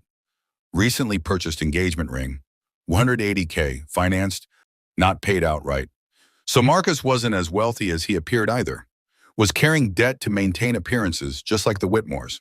The engagement ring alone, financed instead of purchased, told me everything I needed to know about his actual liquidity. Relationship timeline, January 2025. First documented contact at charity gala. February 2020, regular dinner meetings. Elena's credit cards show 15 plus expensive restaurant charges. March 2020, first evidence of affair, hotel room charge to Elena's card. Full October 2020, escalating relationship while Elena remained married. October 15th, 2025, Marcus proposed. October 19th, 2025, Elena initiated divorce proceedings. She'd waited, had secured the proposal first, made sure Marcus was committed, then pulled the trigger on ending our marriage. Clinical. Calculated. The kind of strategic thinking people applied to hostile takeovers, not relationships. Financial arrangements. Marcus has been supplementing Elena's expenses since April 2025. Estimated $8K a month in additional support, dinners, travel, shopping. Elena's trust distributions insufficient to maintain her lifestyle without supplementation. Marcus appears to believe Elena's family is wealthier than they actually are. That last line made me pause. Marcus thought he was marrying serious money. Thought the Whitmore name came with Whitmore wealth. Probably assumed Elena's trust fund was just the visible portion of a much larger fortune. He had no idea she was essentially broke by the standards of the world they moved in. No idea that $320K a year sounded impressive until you tried to maintain a Manhattan penthouse and a luxury lifestyle on it. They were both lying to each other about money. How perfectly appropriate. Current London trip. Purpose, pre-wedding planning, meeting with the luxury vendors. Marcus joined Elena in London on Sunday. Separate flight, separate hotel. They're maintaining separate accommodations for propriety. Elena's word to hotel staff. Wedding venue scouting scheduled for Tuesday, Thursday. So they were here planning a wedding while my divorce papers were still warm. While I was supposed to be scrambling to find a place to live, a job to survive, a life to rebuild from the ashes she'd left me with. The fury that swept through me was clean and cold. I called Alexander. You've read it, he said, not a question. I need you to do something for me. Something that might seem petty. I specialized in petty for 40 years before I discovered ethics. Try me. I want a reservation at the Ledbury tonight. Best table in the house. 8 o'clock. A long pause. David, I'm not going to make a scene. I'm not going to confront her. I just want her to see me. Want her to wonder how the broke husband she threw out is dining at one of the most expensive restaurants in London 3 days after she left him with $700. And then nothing. I'll eat dinner, pay with the card you gave me. Let her see it happen. Let her mind work on that mystery for a while. Another pause. Your mother would tell you this is a bad idea. My mother left me $1 billion specifically so I could make my own choices. This is my choice. Fair enough, I'll have the reservation made. Should I arrange for company? You'll look odd dining alone. He was right. Showing up solo would seem sad, desperate, like I was trying too hard. But bringing someone, can you join me? I asked. As my lawyer, my advisor, whatever story we need, just someone who makes it look like I'm there for business, not revenge. I'd be delighted. I haven't had a front row seat to one of these situations in years. The Ledbury at 8, then. Wear the navy suit you brought. It'll photograph well if there are any society pages people there. Photograph? David, you're about to have dinner at one of London's finest restaurants, while your ex-wife does the same thing with her affair partner. If anyone recognizes the situation, it will absolutely end up in someone's social media feed. Just be aware. I hadn't thought about that. About witnesses, about documentation, about the way the world loved watching rich people's drama play out. Maybe this is a bad idea, I said. It's a terrible idea, Alexander agreed cheerfully. But terrible ideas are often the most instructive. You want to see how revenge feels before you commit to it. This is a relatively harmless way to test those waters. Worst case, you have an excellent meal and Elena experiences mild confusion. Best case, you learn something about what you actually want from this situation. What do you think I want? I think you want her to know she made a mistake, to see that you're not who she thought you were, to feel, even briefly, the regret of having underestimated you. He was right. That's exactly what I wanted. 8 o'clock, I confirmed. I'll be ready. The navy suit fit perfectly. My mother had apparently known my measurements years ago and had the foresight to stock the Tribeca apartment accordingly. It was understated but expensive, the kind of thing that didn't scream wealth but quietly indicated it to people who knew how to look. I studied myself in the mirror. Same face as always. Same David Chen who'd woken up Saturday morning thinking he had $700 in a failed marriage. But something in my posture was different.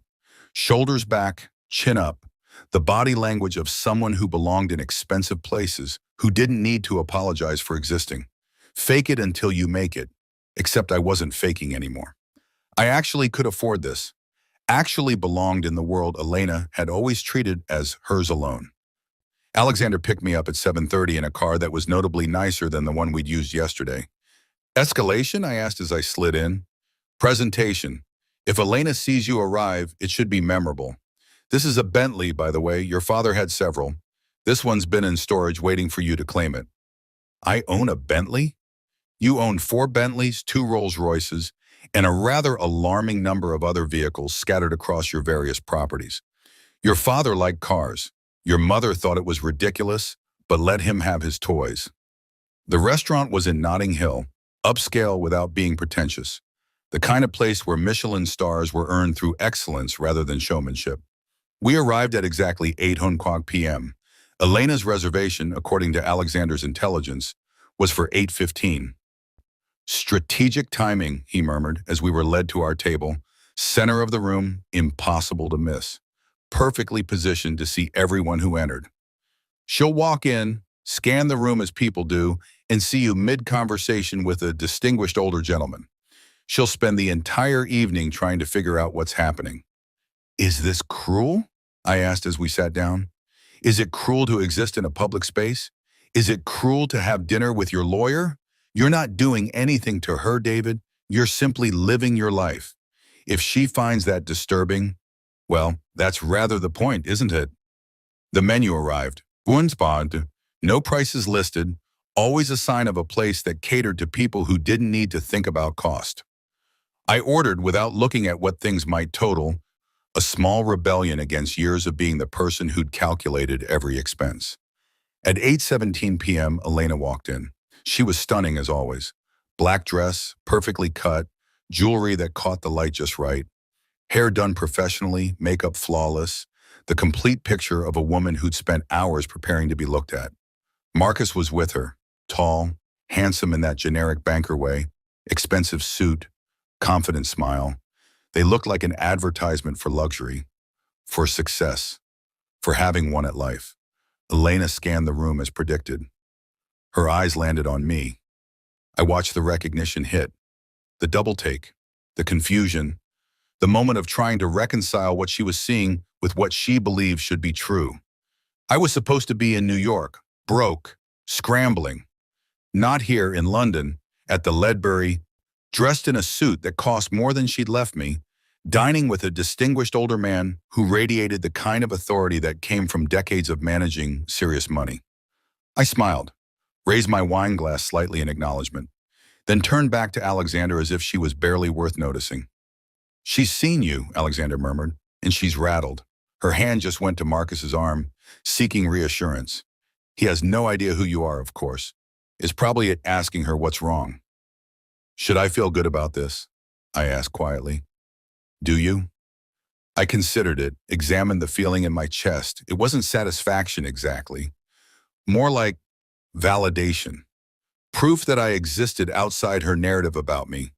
Evidence that her story, broke husband, lucky to have had her, properly discarded, wasn't the only truth available. I don't know, I admitted. Ask me after dinner.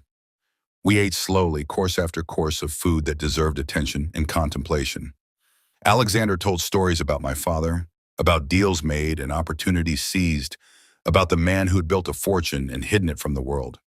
And the entire time, I could feel Elena's gaze periodically drifting to our table, could feel her trying to figure out the puzzle, trying to understand how the husband she'd left with nothing was here, now apparently fine. The bill came in a leather folder. I pulled out the black card Alexander had given me, Providence Holdings embossed in subtle lettering. That's going to confuse her even more, Alexander noted with amusement. A corporate card suggests you're here on business, which you are, technically. The business of learning who you are. We stood to leave. I didn't look at Elena's table, didn't acknowledge her again. Just walked out with Alexander, letting my presence speak for itself. On the sidewalk, waiting for the car, I finally let myself breathe. Well, Alexander asked, how does revenge feel?